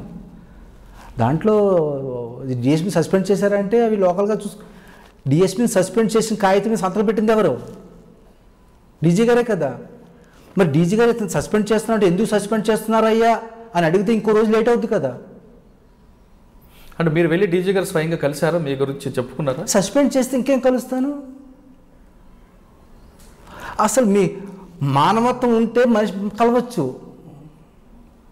కానీ ఆఫీసర్స్ ఉంటే ఎలా కలుస్తాము? అంటే ఆయనకి కలవకపోయినా తర్వాత ఎడిషనల్ డీజీ ఉన్నారు, ఎడిషనల్ ఇంటి ఉంటారు, ఎవరు ఏ ఆఫీసర్తో ర్యాప్ ఉందో వాళ్ళకి వెళ్ళి మీ ఎడిషనల్ డీజీ గారు అంటే ఆర్పి ఠాకూర్ గారు అప్పుడు నన్ను పిలిపించినప్పుడు తిన్నగా ఆయన రూమ్లోకి వెళ్ళాను. నేను అంతవరకు చేసిన రిపోర్ట్ అంతా పట్టుకుని వెళ్ళాను. సార్ ఇది చేశాను సార్. అంతేకాదు పెద్ద పెద్ద స్మగ్లర్లని మీరు తర్వాత జమానాలో పేర్లు వేసుకున్నారు చూసారా, వాళ్ళ ఫోన్ నెంబర్లతో పాటు లిస్ట్ ఈరోజు నా దగ్గర ఉంది. ఆ లిస్టు అప్పుడే ఆర్పి ఠాకూర్ గారికి ఇచ్చాను నేను. ఇప్పుడు తర్వాత ఏంటి సోండు ఓడు బయట ఉన్నాడు, ఇలా ఉన్నాడని వాళ్ళ నెంబర్లన్నీ నా దగ్గర లిస్టు ఇచ్చాను. దాన్ని పట్టించుకోకుండా తర్వాత పేపర్లో వేసుకున్నారు, అది వేరే విషయం. కానీ మీరు అక్కడ పనిచేస్తున్న టైంలో మీ గురించి వ్యతిరేక వార్త రాని లోకల్ మీడియాలో సస్పెండ్ అయ్యారు అనే మరుక్షణం నుంచి నెక్స్ట్ డే నుంచి మీ మీద అంత వ్యతిరేక వార్తలు ఎందుకు వచ్చాయండి? అసలు విపరీతంగా వచ్చాయి కదా. నేను తర్వాత ఒక 6 నెలల తర్వాత లోకల్ మీడియాకి వాళ్ళకి ఫోన్ చేశాను. అక్కడికి ఫోన్ చేసి చూడండి మీకు వెంటనే అడుగుంటే, ఎందుకంటే నేను చేసిన పనులని వార్తలుగా రాసుకుని మీరు నా ఇంటర్వ్యూల కోసం ఎదురు చూశారు చాలామంది మీరు. అప్పుడు నేను ఓపెన్గా ఉదయాన్ని మా ఎస్పీలు నాకు చిత్తూరు ఎస్పీని తిరుపతి ఎస్పీ నాకు నేను స్టార్టింగ్లో మాట్లాడకపోయా ప్రస్తుతం. కానీ నువ్వు మాట్లాడకపోతే బయటికి భయం ఉండదు, భయం క్రియేట్ చేయి, నువ్వు చేసే పనులు బయటికి వెళ్తుంటే భయం వస్తుంది, తగ్గుతుంది అని చెప్పారు. చెప్తే నేను దానికి ప్రెస్కి మాట్లాడడం మొదలుపెట్టాను అనమాట. అది అలా ప్రెస్కి మాట్లాడినప్పుడు అప్పుడు నాకు మళ్ళీ ఇలాగ నా పేరు చెప్పి మీరు పేపర్ అమ్ముకున్నప్పుడు సడన్గా ఇలాగ ఎందుకు చేశారు అని అడిగితే ఒక టీవీ రిపోర్టర్ చెప్పినాడు అనమాట. అయ్యా మీరు ఒక్కసారి ఏమనుకోకపోతే ఇంకొకసారి తిరుపతి రండి, బడ్డీ కొట్టులో కూర్చుందాము, టీ అమ్ముతారు అక్కడ రోడ్ల మీద, ఆ బెంచ్లు వేస్తారు, బెంచ్ మీద కూర్చుందాం, మీ గురించి ఎవరు మిమ్మల్ని గుర్తుపట్టరు కానీ మీ పేరు గుర్తుపడతారు అంతే, ఓఎస్జీ టాస్క్ ఫోర్స్ అంటే గుర్తుపడతారు, నేను లేపుతాను, వాళ్ళు మీ గురించిని చాలా గట్టిగా చేశాడని చెప్తారు, అది విని వెళ్ళిపోండి, మాకు సంబంధం లేదండి, అక్కడ ప్రెస్ మీట్ పెట్టుకుంటే హైదరాబాద్ రాసుకున్నారండి అన్నారు. కానీ ఏదైనా మీకైతే డ్యామేజ్ జరిగింది కదండి? డ్యామేజ్ జరిగింది. దీని వెనకాల ఫస్ట్ ఎవరైతే ఇన్వాల్వ్ ఉన్నారో వారి పదవి పోయింది. ఫస్ట్ అంటే ఎవరైతే ఫస్ట్ దీనికి ఆజ్యం పోసారో వారి పదవి కొద్ది రోజులకే పోయింది. మిగిలిన వాళ్ళందరూ ఎవరి కర్మకి, ఎందుకంటే నేను ఎప్పుడు అబద్ధం మా పిల్లలు నన్ను అడిగారు, డాడీ ఒరే ఏంటి డాడీ అంటే, ఒరే నేను మీకు ఇచ్చిన ప్రాపర్టీ ఏంట్రా అన్నాను. ఏముంది అన్నాడు. మిమ్మల్ని అబద్ధం, ఈ జమానాలో కూడా అబద్ధం మాడకుండా ఒక గుణాన్ని ఇచ్చాను రా, అదే నీకు ఇచ్చిన ప్రాపర్టీ అన్నాను నేను. ఈరోజు మేము అబద్ధం మాట్లాడాం మా ఇంట్లో, గర్వంగా చెప్పుకుంటాను నేను. అంతకన్నా మనకి ఇంకా అవ్వాల్సింది లేదనుకుంటానండి. ఇప్పుడు ఎన్ని కోట్లు ఉన్నా పిల్లల ముందు తలెత్తుకొని నిలబడే అది అంతకు మించిది ఆశ లేదు కాబట్టి. సార్ ఇప్పుడు ఆ సర్వీస్లో మీకు డ్యామేజ్ అయింది, ఇప్పుడే అనుకున్నారా ఇంత కష్టపడ్డాను, ఇంత పేరు తెచ్చుకున్నాను, లాస్ట్లో చేశారు, దీని మీద రివెంజ్ తీర్చుకోవాలని ఎప్పుడు అనుకున్నారా? అనుకోలేదు, రిజైన్ చేసేస్తాము అనుకున్నాను. ఈ హెడ్ఏక్, ఎందుకంటే డిపార్ట్మెంట్తో యుద్ధం చేసే, ఎక్కడ తిన్నానో అక్కడ యుద్ధం చేయకూడదు కాబట్టి నాకు అసలు చెప్పాలంటే నేను ప్రైమ్ మినిస్టర్తో తిరిగినా, ఎక్కడ తిరిగినా, విదేశాలకి ఫ్లైట్లో వెళ్ళినా ఇదంతా నాకు డిపార్ట్మెంట్ ఇచ్చిందే.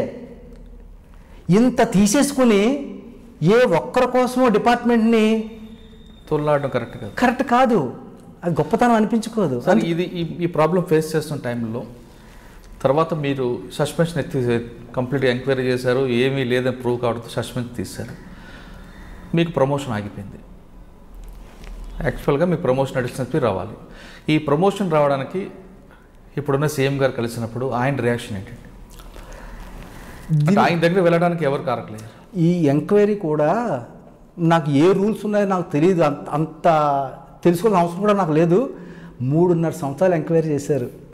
5 స్టేట్మెంట్లు రికార్డు చేయడానికి, ఇంక్లూడింగ్ పిటిషన్ ఆఫీసర్ నా మీద రాసిన రిపోర్ట్ రైటింగ్ ఆఫీసర్ దగ్గర నుంచి 5 మంది స్టేట్మెంట్ రికార్డ్ చేయడానికి 3.5 years తీసుకున్నారంటే, పోలీస్ స్టేషన్లో మీకు ఏదన్నా మంత్లీ, మీకు తెలుసు కదా, ఎస్పీ గారు రివ్యూ కండక్ట్ చేస్తారు, డిఎస్పీ గారు రివ్యూ కండక్ట్ చేస్తారు, సిఐ గారు ఎస్ఐల మీద మంత్లీ రివ్యూ కండక్ట్ చేస్తారు, మంత్లీ మీటింగ్, క్రైమ్ మీటింగ్. మరి 3.5 సంవత్సరాలు ఉదయ్ కుమార్ కంప్లైంట్ ఉండిపోయిందంటే మీరు ఎందుకు రిపోర్ట్ చేయలేదు?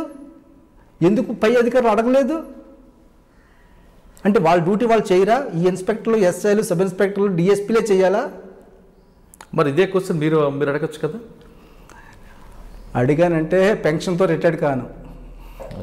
డైరెక్ట్ చెప్పాలంటే నాకు పెన్షన్ కావాలి కాబట్టి 5 సంవత్సరాల నుంచి నేను ఇప్పుడు కూడా మీరు రాజశేఖర రెడ్డి గారు పనిచేశారు అంటే ఆయన మీద ఇప్పుడు చంద్రబాబు గారు నేను పోయి కలలేకపోయాను, కానీ చంద్రబాబు గారి తప్పని నేను అన్న ఇక్కడ. ఎందుకు అన్న ఏంటంటే చంద్రబాబు గారు ఉదయ్ కుమారు వీడు ఒకడే నాకు తెలియదు, కానీ నన్ను వ్యక్తిగతంగా గుర్తుపడతారు. 4 సంవత్సరాలు చేశాను అక్కడ అందరూ గుర్తుపడతారు. కానీ ఎవరి దగ్గరికి వెళ్ళి అడిగే మనసు కాదు కాబట్టి ఎవరికైనా మామూలుగా ఇన్ఫర్మేషన్, ఇప్పుడు మీకు ఒక మాట చెప్పానండి, ఇలా ప్రాబ్లం వచ్చింది అనగానే వెంటనే నేను సాల్వ్ చేస్తానండి, నేను మాట్లాడతానని చెప్తే థ్యాంక్స్ అండి చేయండి అంటాను. లేదండి మా ప్రెస్లోకి రండి అంటే నన్ను ప్రెస్లోకి రమ్మని చాలామంది అడిగారు. ఆ ఒక్కరోజే నాకు విజయం అండి, 2 రోజులంతా నాకు నాశనంగానండి, నా వెల్ విషెస్ అయితే నా గురించి ఇంకేం రాయకండి, ఆ ఒక్కరోజు చాలని చెప్పాను. అందుకే 2-3 రోజుల తర్వాత 19-20 తర్వాత నా గురించి మీకు స్టేట్మెంట్ రాలేదు పేపర్లో. అవును. దాదాపు సస్పెన్షన్ ఎత్తివేసిన తర్వాత జగన్ గారి దగ్గరికి మీకు ఎవరు తీసుకెళ్లారు? మీ సమస్య చెప్పగానే ఆయన రియాక్షన్ ఏంటి? జనరల్గా ఏంటంటే జగన్ గారి ఇల్లు అంటే రాజశేఖర రెడ్డి గారి ఇల్లు అంటే విజయమ్మ గారి ఇల్లు. అవును, అదైతే వాస్తవం. కాబట్టి ఆ ఇంటికి నన్ను ఎవరూ తీసుకెళ్ళక్కర్లేదు, కాబట్టి నేనే వెళ్ళాను. ఇప్పుడు అది సీఎం గారి ఇల్లు, నాకు కొన్ని రెస్ట్రిక్షన్స్ ఉంటాయి కాబట్టి ఆ రోజు సీఎం గారి ఇల్లు కాదు. అంటే అప్పుడు ఇంకా ప్రమాణ స్వీకారం చేయకుండా, అది మీకు అర్థమైనా కొంచెం గ్యాప్ ఉంది. అప్పుడు వెళ్ళాను. వెళ్ళిన తర్వాత ఎక్కడున్నావు అని అడిగారు. నిజాం గారు జగన్ గారిని కలిశాను. ఎందుకంటే ఎల్లుండి సీఎం అయిపోయారు అనుకోండి, మళ్ళీ కొంచెం అది అప్పుడు సీఎం గారి దగ్గరికి నేనేం వెళ్తాను? సీఎం గారు పిలిస్తే వెళ్తాను, పిలవకుండా నేను వెళ్ళను కదా. అది కాబట్టి నేను మన జగన్ గారికి అంటే అక్కడ పని చేశాను కాబట్టి నాకు వ్యక్తిగతంగా ఇల్లు మీది అనుకుని వెళ్ళారు. విజయం గారి ఇల్లు మంది అదే. అసలు నేను తిరిగినట్లు నాకున్న యాక్సెస్ ఇంకెవరికి ఉంటుంది? ఫ్రీగా ఉంటుంది నాకు. అక్కడ డ్యూటీ చేస్తానండి, 5 సంవత్సరాలు డ్యూటీ చేస్తానండి. నాకు ఇంకా ఆ ఇల్లు నేను కొత్త, అది ఎవరిదో అనుకుంటే నేను పర్ఫెక్ట్గా చేయలేను. ఓకే, వెళ్ళాను. వెళ్ళేటప్పటికి ఎక్కడ ఉన్నామంటే విజయవాడలో ఉన్నాను. అలాగా సరే జూన్ 30 అన్నారు. జూనా అన్నారు. అంటే ఇంకా అన్నీ తెలిసినాయి అనుకుని ఎస్ సార్ జూన్ 30 రిటైర్మెంట్ అన్నాను. సరే చూద్దాం అన్నారు. తర్వాత నా ఫైల్ మీ ఆఫీస్లో ఉంది. గొప్ప న్యూస్ ఏంటంటే నా ఫైల్ సీఎం ఆఫీస్లో ఉంది. సీఎం ఆఫీస్లో ఒక డిఎస్పీ ఫైల్ పెట్టుకుంటారా? సింపుల్ క్వశ్చన్ అండి. డిఎస్పీ ఫైల్ సీఎం ఆఫీస్లో దాచుకోవడం ఎందుకండి బాబు? మీరు రిటర్న్ పంపించండి, చెత్తగా రికార్డ్ రాసేసి పంపించండి. డీజీపీ ఆఫీస్లో ఉండాలి కదండి. సీఎం ఆఫీస్లో ఉందండి, నేను సీఎం గారు పోయి కలిశానండి, నా ఆఫీస్లో మీ దగ్గర ఉందండి, దయచేసి నాకు ఇస్తే రిటైర్డ్ అవుతున్నాను జూన్లో కదా, ప్రమోషన్ తీసుకుని రిటైర్డ్ అయిపోతాను ఇది అని చెప్పాను. చెప్తే ఓకే అన్నారు. తర్వాత మన అజయ్ కలాం సాబ్ ఉన్నారు కదా అక్కడ ఆఫీస్ ఇన్ఛార్జ్, వారు వెంటనే మూవ్మెంట్ చేశారు, పెట్టించారు, ప్రమోషన్ ఇచ్చారు, తీసుకున్నాను. ఎడిషనల్ ఎస్పీగా రిటైర్డ్ అయిపోయాను. పెన్షన్ సెటిల్ అయిపోయినాయి, హ్యాపీగా ఉన్నాను. అంటే మీరు జగన్ గారి ప్రమాణ స్వీకారం ముందు వెళ్ళి కలిశారు, జగన్ గారి తర్వాత విజయమ్మ కలిశారా? నేను వెళ్ళలేదండి మళ్ళా. అంటే ప్రమాణ స్వీకారం తర్వాత మరొకసారి కలిశారు వెళ్ళి? ప్రమాణ స్వీకారం తర్వాత నేను ఆ రోజు గవర్నర్ గారు వచ్చారు. ఎక్కడికి? విజయవాడ వస్తారు కదా. ఇంకా ప్రమాణ స్వీకారం టైంలోనూ స్వీకారం తర్వాత కూడా 2 సార్లు వస్తారు, మీకు తెలుసు అది. ఆ 2 సందర్భాల్లో కూడా గవర్నర్ గారే ఎస్కాట్ ఆఫీసర్గా ఉన్నాను నేను. సిటీ కదా, విజయవాడ సిటీ కదా, నాకు సిటీ నా రెస్పాన్సిబిలిటీ కదా. అప్పుడు నేను వర్క్ సిటీలో పనిచేస్తున్నాను. ఎవరికి రిపోర్ట్ అప్పుడు మీరు? Vijayawada city commissioner. అచ్చా, విజయవాడ సిటీ అంటే అప్పుడు మీరు పోస్టింగ్ వచ్చింది? బెటాలియన్, అప్పుడు మధ్యలో బెటాలియన్ పనిచేశాను, రిలీవ్ చేశారు, రిలీవ్ చేసి బెటాలియన్ పనిచేశాను. ఇది కడప బెటాలియన్కి ఇచ్చారు. ఓకే, కడప బెటాలియన్లో పనిచేశాను 2 సంవత్సరాలు. చేసిన తర్వాత డీజీపీ ఆఫీస్కి పిలిపించారు. అక్కడ ఒక 10 రోజులు 15 రోజులు వీఆర్లో ఉన్నాను, వెయిటింగ్ రిజర్వ్. ఆ తర్వాత సిటీకి ఇచ్చారు. సిటీకి ఇచ్చిన తర్వాత సిటీలో ఉన్నాను. సిటీలో నా మీద ఎలిగేషన్స్ ఉన్నాయి కదా అని కమిషనర్ గారు నాకు ధర్నా చౌక్ ఇన్ఛార్జ్గా ఇచ్చారు, ఏ పోస్టింగ్ ఇవ్వకుండాను. ఒక ధర్నా చౌక్లో ఏదైతే ఉంది 5 సంవత్సరాల ముందు నోరు మూసుకున్నానో, ఇంకొక సంవత్సరం పాటు నోరు మూసుకుంటే ఉద్యోగం అయిపోతుంది కాబట్టి నోరు మూసుకునే ఉన్నాను. ఎందుకంటే ఆ నోరు మూసుకోవడమే ఈరోజు నా ఆనందానికి కారణం. అంటే మీరు ఎలాగంటారు, నేను ఇంకోలాగంట. ఎస్పీజీలో మీకు ఆ ట్రైనింగే మీకు ఆ మౌత్ని కంట్రోల్ చేసిందన్నమాట. ఎస్, ఆ పేషెన్స్ అనేది ఎస్పీజీలో మీకు వచ్చింది. ఆ ఓపిక అనేది మీకు ఈరోజు మీకు ఆనందంగా ఒక కారణం వచ్చింది. ఎందుకంటే మీ ఇలాంటి దెబ్బ పడినప్పుడు వేరే ఆఫీసర్ బరస్ట్ అవుతారు. 33-35 సంవత్సరాలు ఒక వెలిగిన ఒక వ్యక్తి లాస్ట్ స్టేజ్లో దెబ్బ పడగానే బరస్ట్ అయిపోతుంది ఎవరు జనరల్గా. కానీ ఆ లాస్ట్ స్టేజ్ వరకు కూడా మీరు ఓపికగా ఉన్నారంటే మీకు ఎస్పీజీ ట్రైనింగ్. నన్ను మీరు ఎవరైనా అడిగినా కూడా, మీరు నాతో ఇంటర్వ్యూకి రావాలని మొట్టమొదటిగా మీరు వచ్చి నన్ను అడిగినప్పుడు నేను ఏమన్నాను? సైలెంట్గా ఉన్నానండి, ప్రశాంతంగా బతుకుతానండి, నన్ను ఇలా బతకనివ్వండి, ఇంతకాలం బయటికి రానివ్వండి, ఇప్పుడు ఎందుకు వస్తానండి. కరెక్టే అండి, అది మీరు రాజశేఖర రెడ్డి గారి అభిమానంతో మీరు వచ్చారు. ఓకే సార్, లాస్ట్లో మీరు 2వ తారీఖుని ఈవేళ మనం రిలీజ్ చేయాలి, ఈవేళ అవును విరిది అన్నప్పుడు ఆయన గుర్తు తెచ్చుకోవడమే వాస్తవంగా అదేనండి 2వ తారీఖు నాడు రాజశేఖర రెడ్డి గారికి అంకితం ఇద్దామని ఆయన వ్యక్తిగతంగా ఇష్టపడే వ్యక్తి, మీరు ఆయన నీడలాగా ఉండే వ్యక్తి కాబట్టి మీ ఇంటర్వ్యూ పెట్టాల్సి వచ్చింది. సార్ ఫైనల్గా రిటైర్ అయిపోయారు, ఇప్పుడు హ్యాపీగా ఉన్నారు. అంటే మీ సర్వీస్ అంతటికీ ఒక్క తిరుపతి ఇష్యూ ఒకటే మీకు అవునండి మనసుకు గాయపట్టింది. ఎందుకంటే అందుకు ముఖ్యంగా ఎలిగేషన్ పెట్టారని కాదు, ఒక తండ్రి లాంటి ఆఫీసర్ మిమ్మల్ని కాపాడలేకపోయారు, అసలు ఎంక్వైరీ చేయలేదని మీకు అంటే తెలుసు. సంతకం పెట్టే ముందు ఎవరిని సస్పెండ్ చేస్తున్నాం, ఇతని బ్యాక్గ్రౌండ్ ఏంటి, ఎక్కడ పనిచేశాడు, అంతకుముందు ఇతనికి సర్వీస్ రికార్డులో ఏమైనా ఎంట్రీస్ బ్యాడ్ రిమార్క్స్ ఉన్నాయా, ఉంటే ఏంటంటే ఎందుకు కారణాల వల్ల ఉన్నాయి అని మినిమం చూసి ఉండేట్లయితే ఇంత డ్యామేజ్ ఉంటుంది కదా. ఉండి ఫైల్ వచ్చిన సంతకం పెట్టేసేసి మీరు ఇంటర్వ్యూ చేసినప్పుడు దాన్ని చాలా నేను విన్నాను కాబట్టి చెప్తున్నాను, లైట్గా తీసుకోండి. లైట్ కాదు, ఒక డిఎస్పీని సస్పెండ్ చేయడం is not a simple issue, small issue. ఎందుకంటే నా ఫ్యామిలీ అంతా ఎంత హట్ అయి ఉంటుంది, నాకు తెలిసిన వాళ్ళు ఎంతమంది ఉదయ్ కుమార్ ఇలా మారిపోయాడా ఒక్కసారిగా నేను ఎంతమంది. కరెక్ట్, ఎవరికి అనిపిస్తుంది అండి నిజమే, రిటైర్డ్ అయ్యి దగ్గరికి వస్తుంది కదా సంపాదించుకున్నాడు అనుకోవచ్చు. అదే లాస్ట్ స్టేజ్కి వస్తున్నావు కదా సంపాదించుకోవచ్చు అని కూడా ఆలోచన రావచ్చు కదా. ఇప్పుడు అక్కడ ఎలాగ సంపాదించలేకపోయాడు, ఇక్కడికి వచ్చే సంపాదించుకున్నాడు అని కూడా అనుకునే వాళ్ళు ఉంటారు. సీఎం ఆఫీస్లో పనిచేసినప్పుడు పోనీ ఏ ఒక్క కార్యకర్త అయినా, లేకపోతే చంద్రబాబు నాయుడు గారు పనిచేసినప్పుడు ఏ ఒక్క కార్యకర్త అయినా నా మీద రిపోర్ట్ చేశారా ఉదయ్ కుమార్ బ్యాడ్ ఉన్నాడని? లేదు, అదే మీకు బ్యాడ్ టైం అనుకుంటారు. కానీ మీకైతే ఎస్పీజీ ట్రైనింగ్ మాత్రం మీకు చాలా ఉపయోగపడింది. అది ఎస్పీజీ ట్రైనింగ్ అనేది మీకు ముందే ఫస్ట్ పాయింట్లో చెప్పాను, that is my second life అని. అంటే నా 2వ జీవనం స్టార్ట్ అయింది అనమాట విత్ పేషెన్స్. ఆ పేషెన్స్ ఇప్పటికీ మీరు నాకు కలవకపోతే మరో విధంగా నేను అదృష్టంగానే భావించేవాడిని. కానీ రాజశేఖర రెడ్డి గారి పేరు ఎప్పుడైతే మీరు చెప్పారో ఇంకా నేను కలవడం మీకు అదృష్టం కాదంటారు. అంటే నేను ప్రెస్కి రానని నా సిద్ధాంతం, కానీ వారి పేరు చెప్పిన తర్వాత ఇక వారు ఈ విధంగా వారిని స్మరించుకునే అవకాశం జరుగుతుంది. అంటే ఇప్పుడు దేవుడు ఉన్నాడండి, దేవుని కొలవాలంటే ఏ విధంగా కొలవాలా, ఏది మెజర్స్ అయ్యి, అదే మనకి తోచిన రీతిలో పూజలు చేయొచ్చు, స్మరించుకోవచ్చు, ప్రార్థన చేయొచ్చు. అలా ఆ విధంగా మీరు రాజశేఖర రెడ్డి గారికి ఈ విధంగా అంకితం చేస్తున్నారు. ఇప్పుడు ఈ ఆంధ్రప్రదేశ్కి దేవుడు అయినా ఈ రోజు చెప్పుకుంటున్నారు కదా, తెలుగు రాష్ట్రాలు అన్నిటికీ అని ఉంటారు, అందరూ చెప్పుకుంటున్నారు కదా, ఉదయ్ కుమార్ ఒక్కడు చెప్పట్లేదు కదా. ఇంతమంది చెప్పుకున్నవాడుకి 24 గంటలు పక్కన ఉన్నవాడుకి ఎలా ఉంటుంది? ఇంకా గర్వంగా ఉంటుంది, ఇంకా చెప్పాలంటుంది. కాబట్టి ఏం మాట్లాడినా తక్కువే. అసలు ఆయన గురించి మాట్లాడే స్థాయి అయితే నాది కాదు. సీఎం అంటే ఏంటి? రాష్ట్రానికి తండ్రి. రాష్ట్రానికి తండ్రి అంటే నాకు తండ్రే. నేను తండ్రి గురించి మాట్లాడుతున్నాను అంతే. నా తండ్రి చనిపోయినాడు, దురదృష్టం. సార్ ఫైనల్గా చెప్పండి, ఎన్నో ఒడిదుడుకులతో వచ్చిన మీ కెరియర్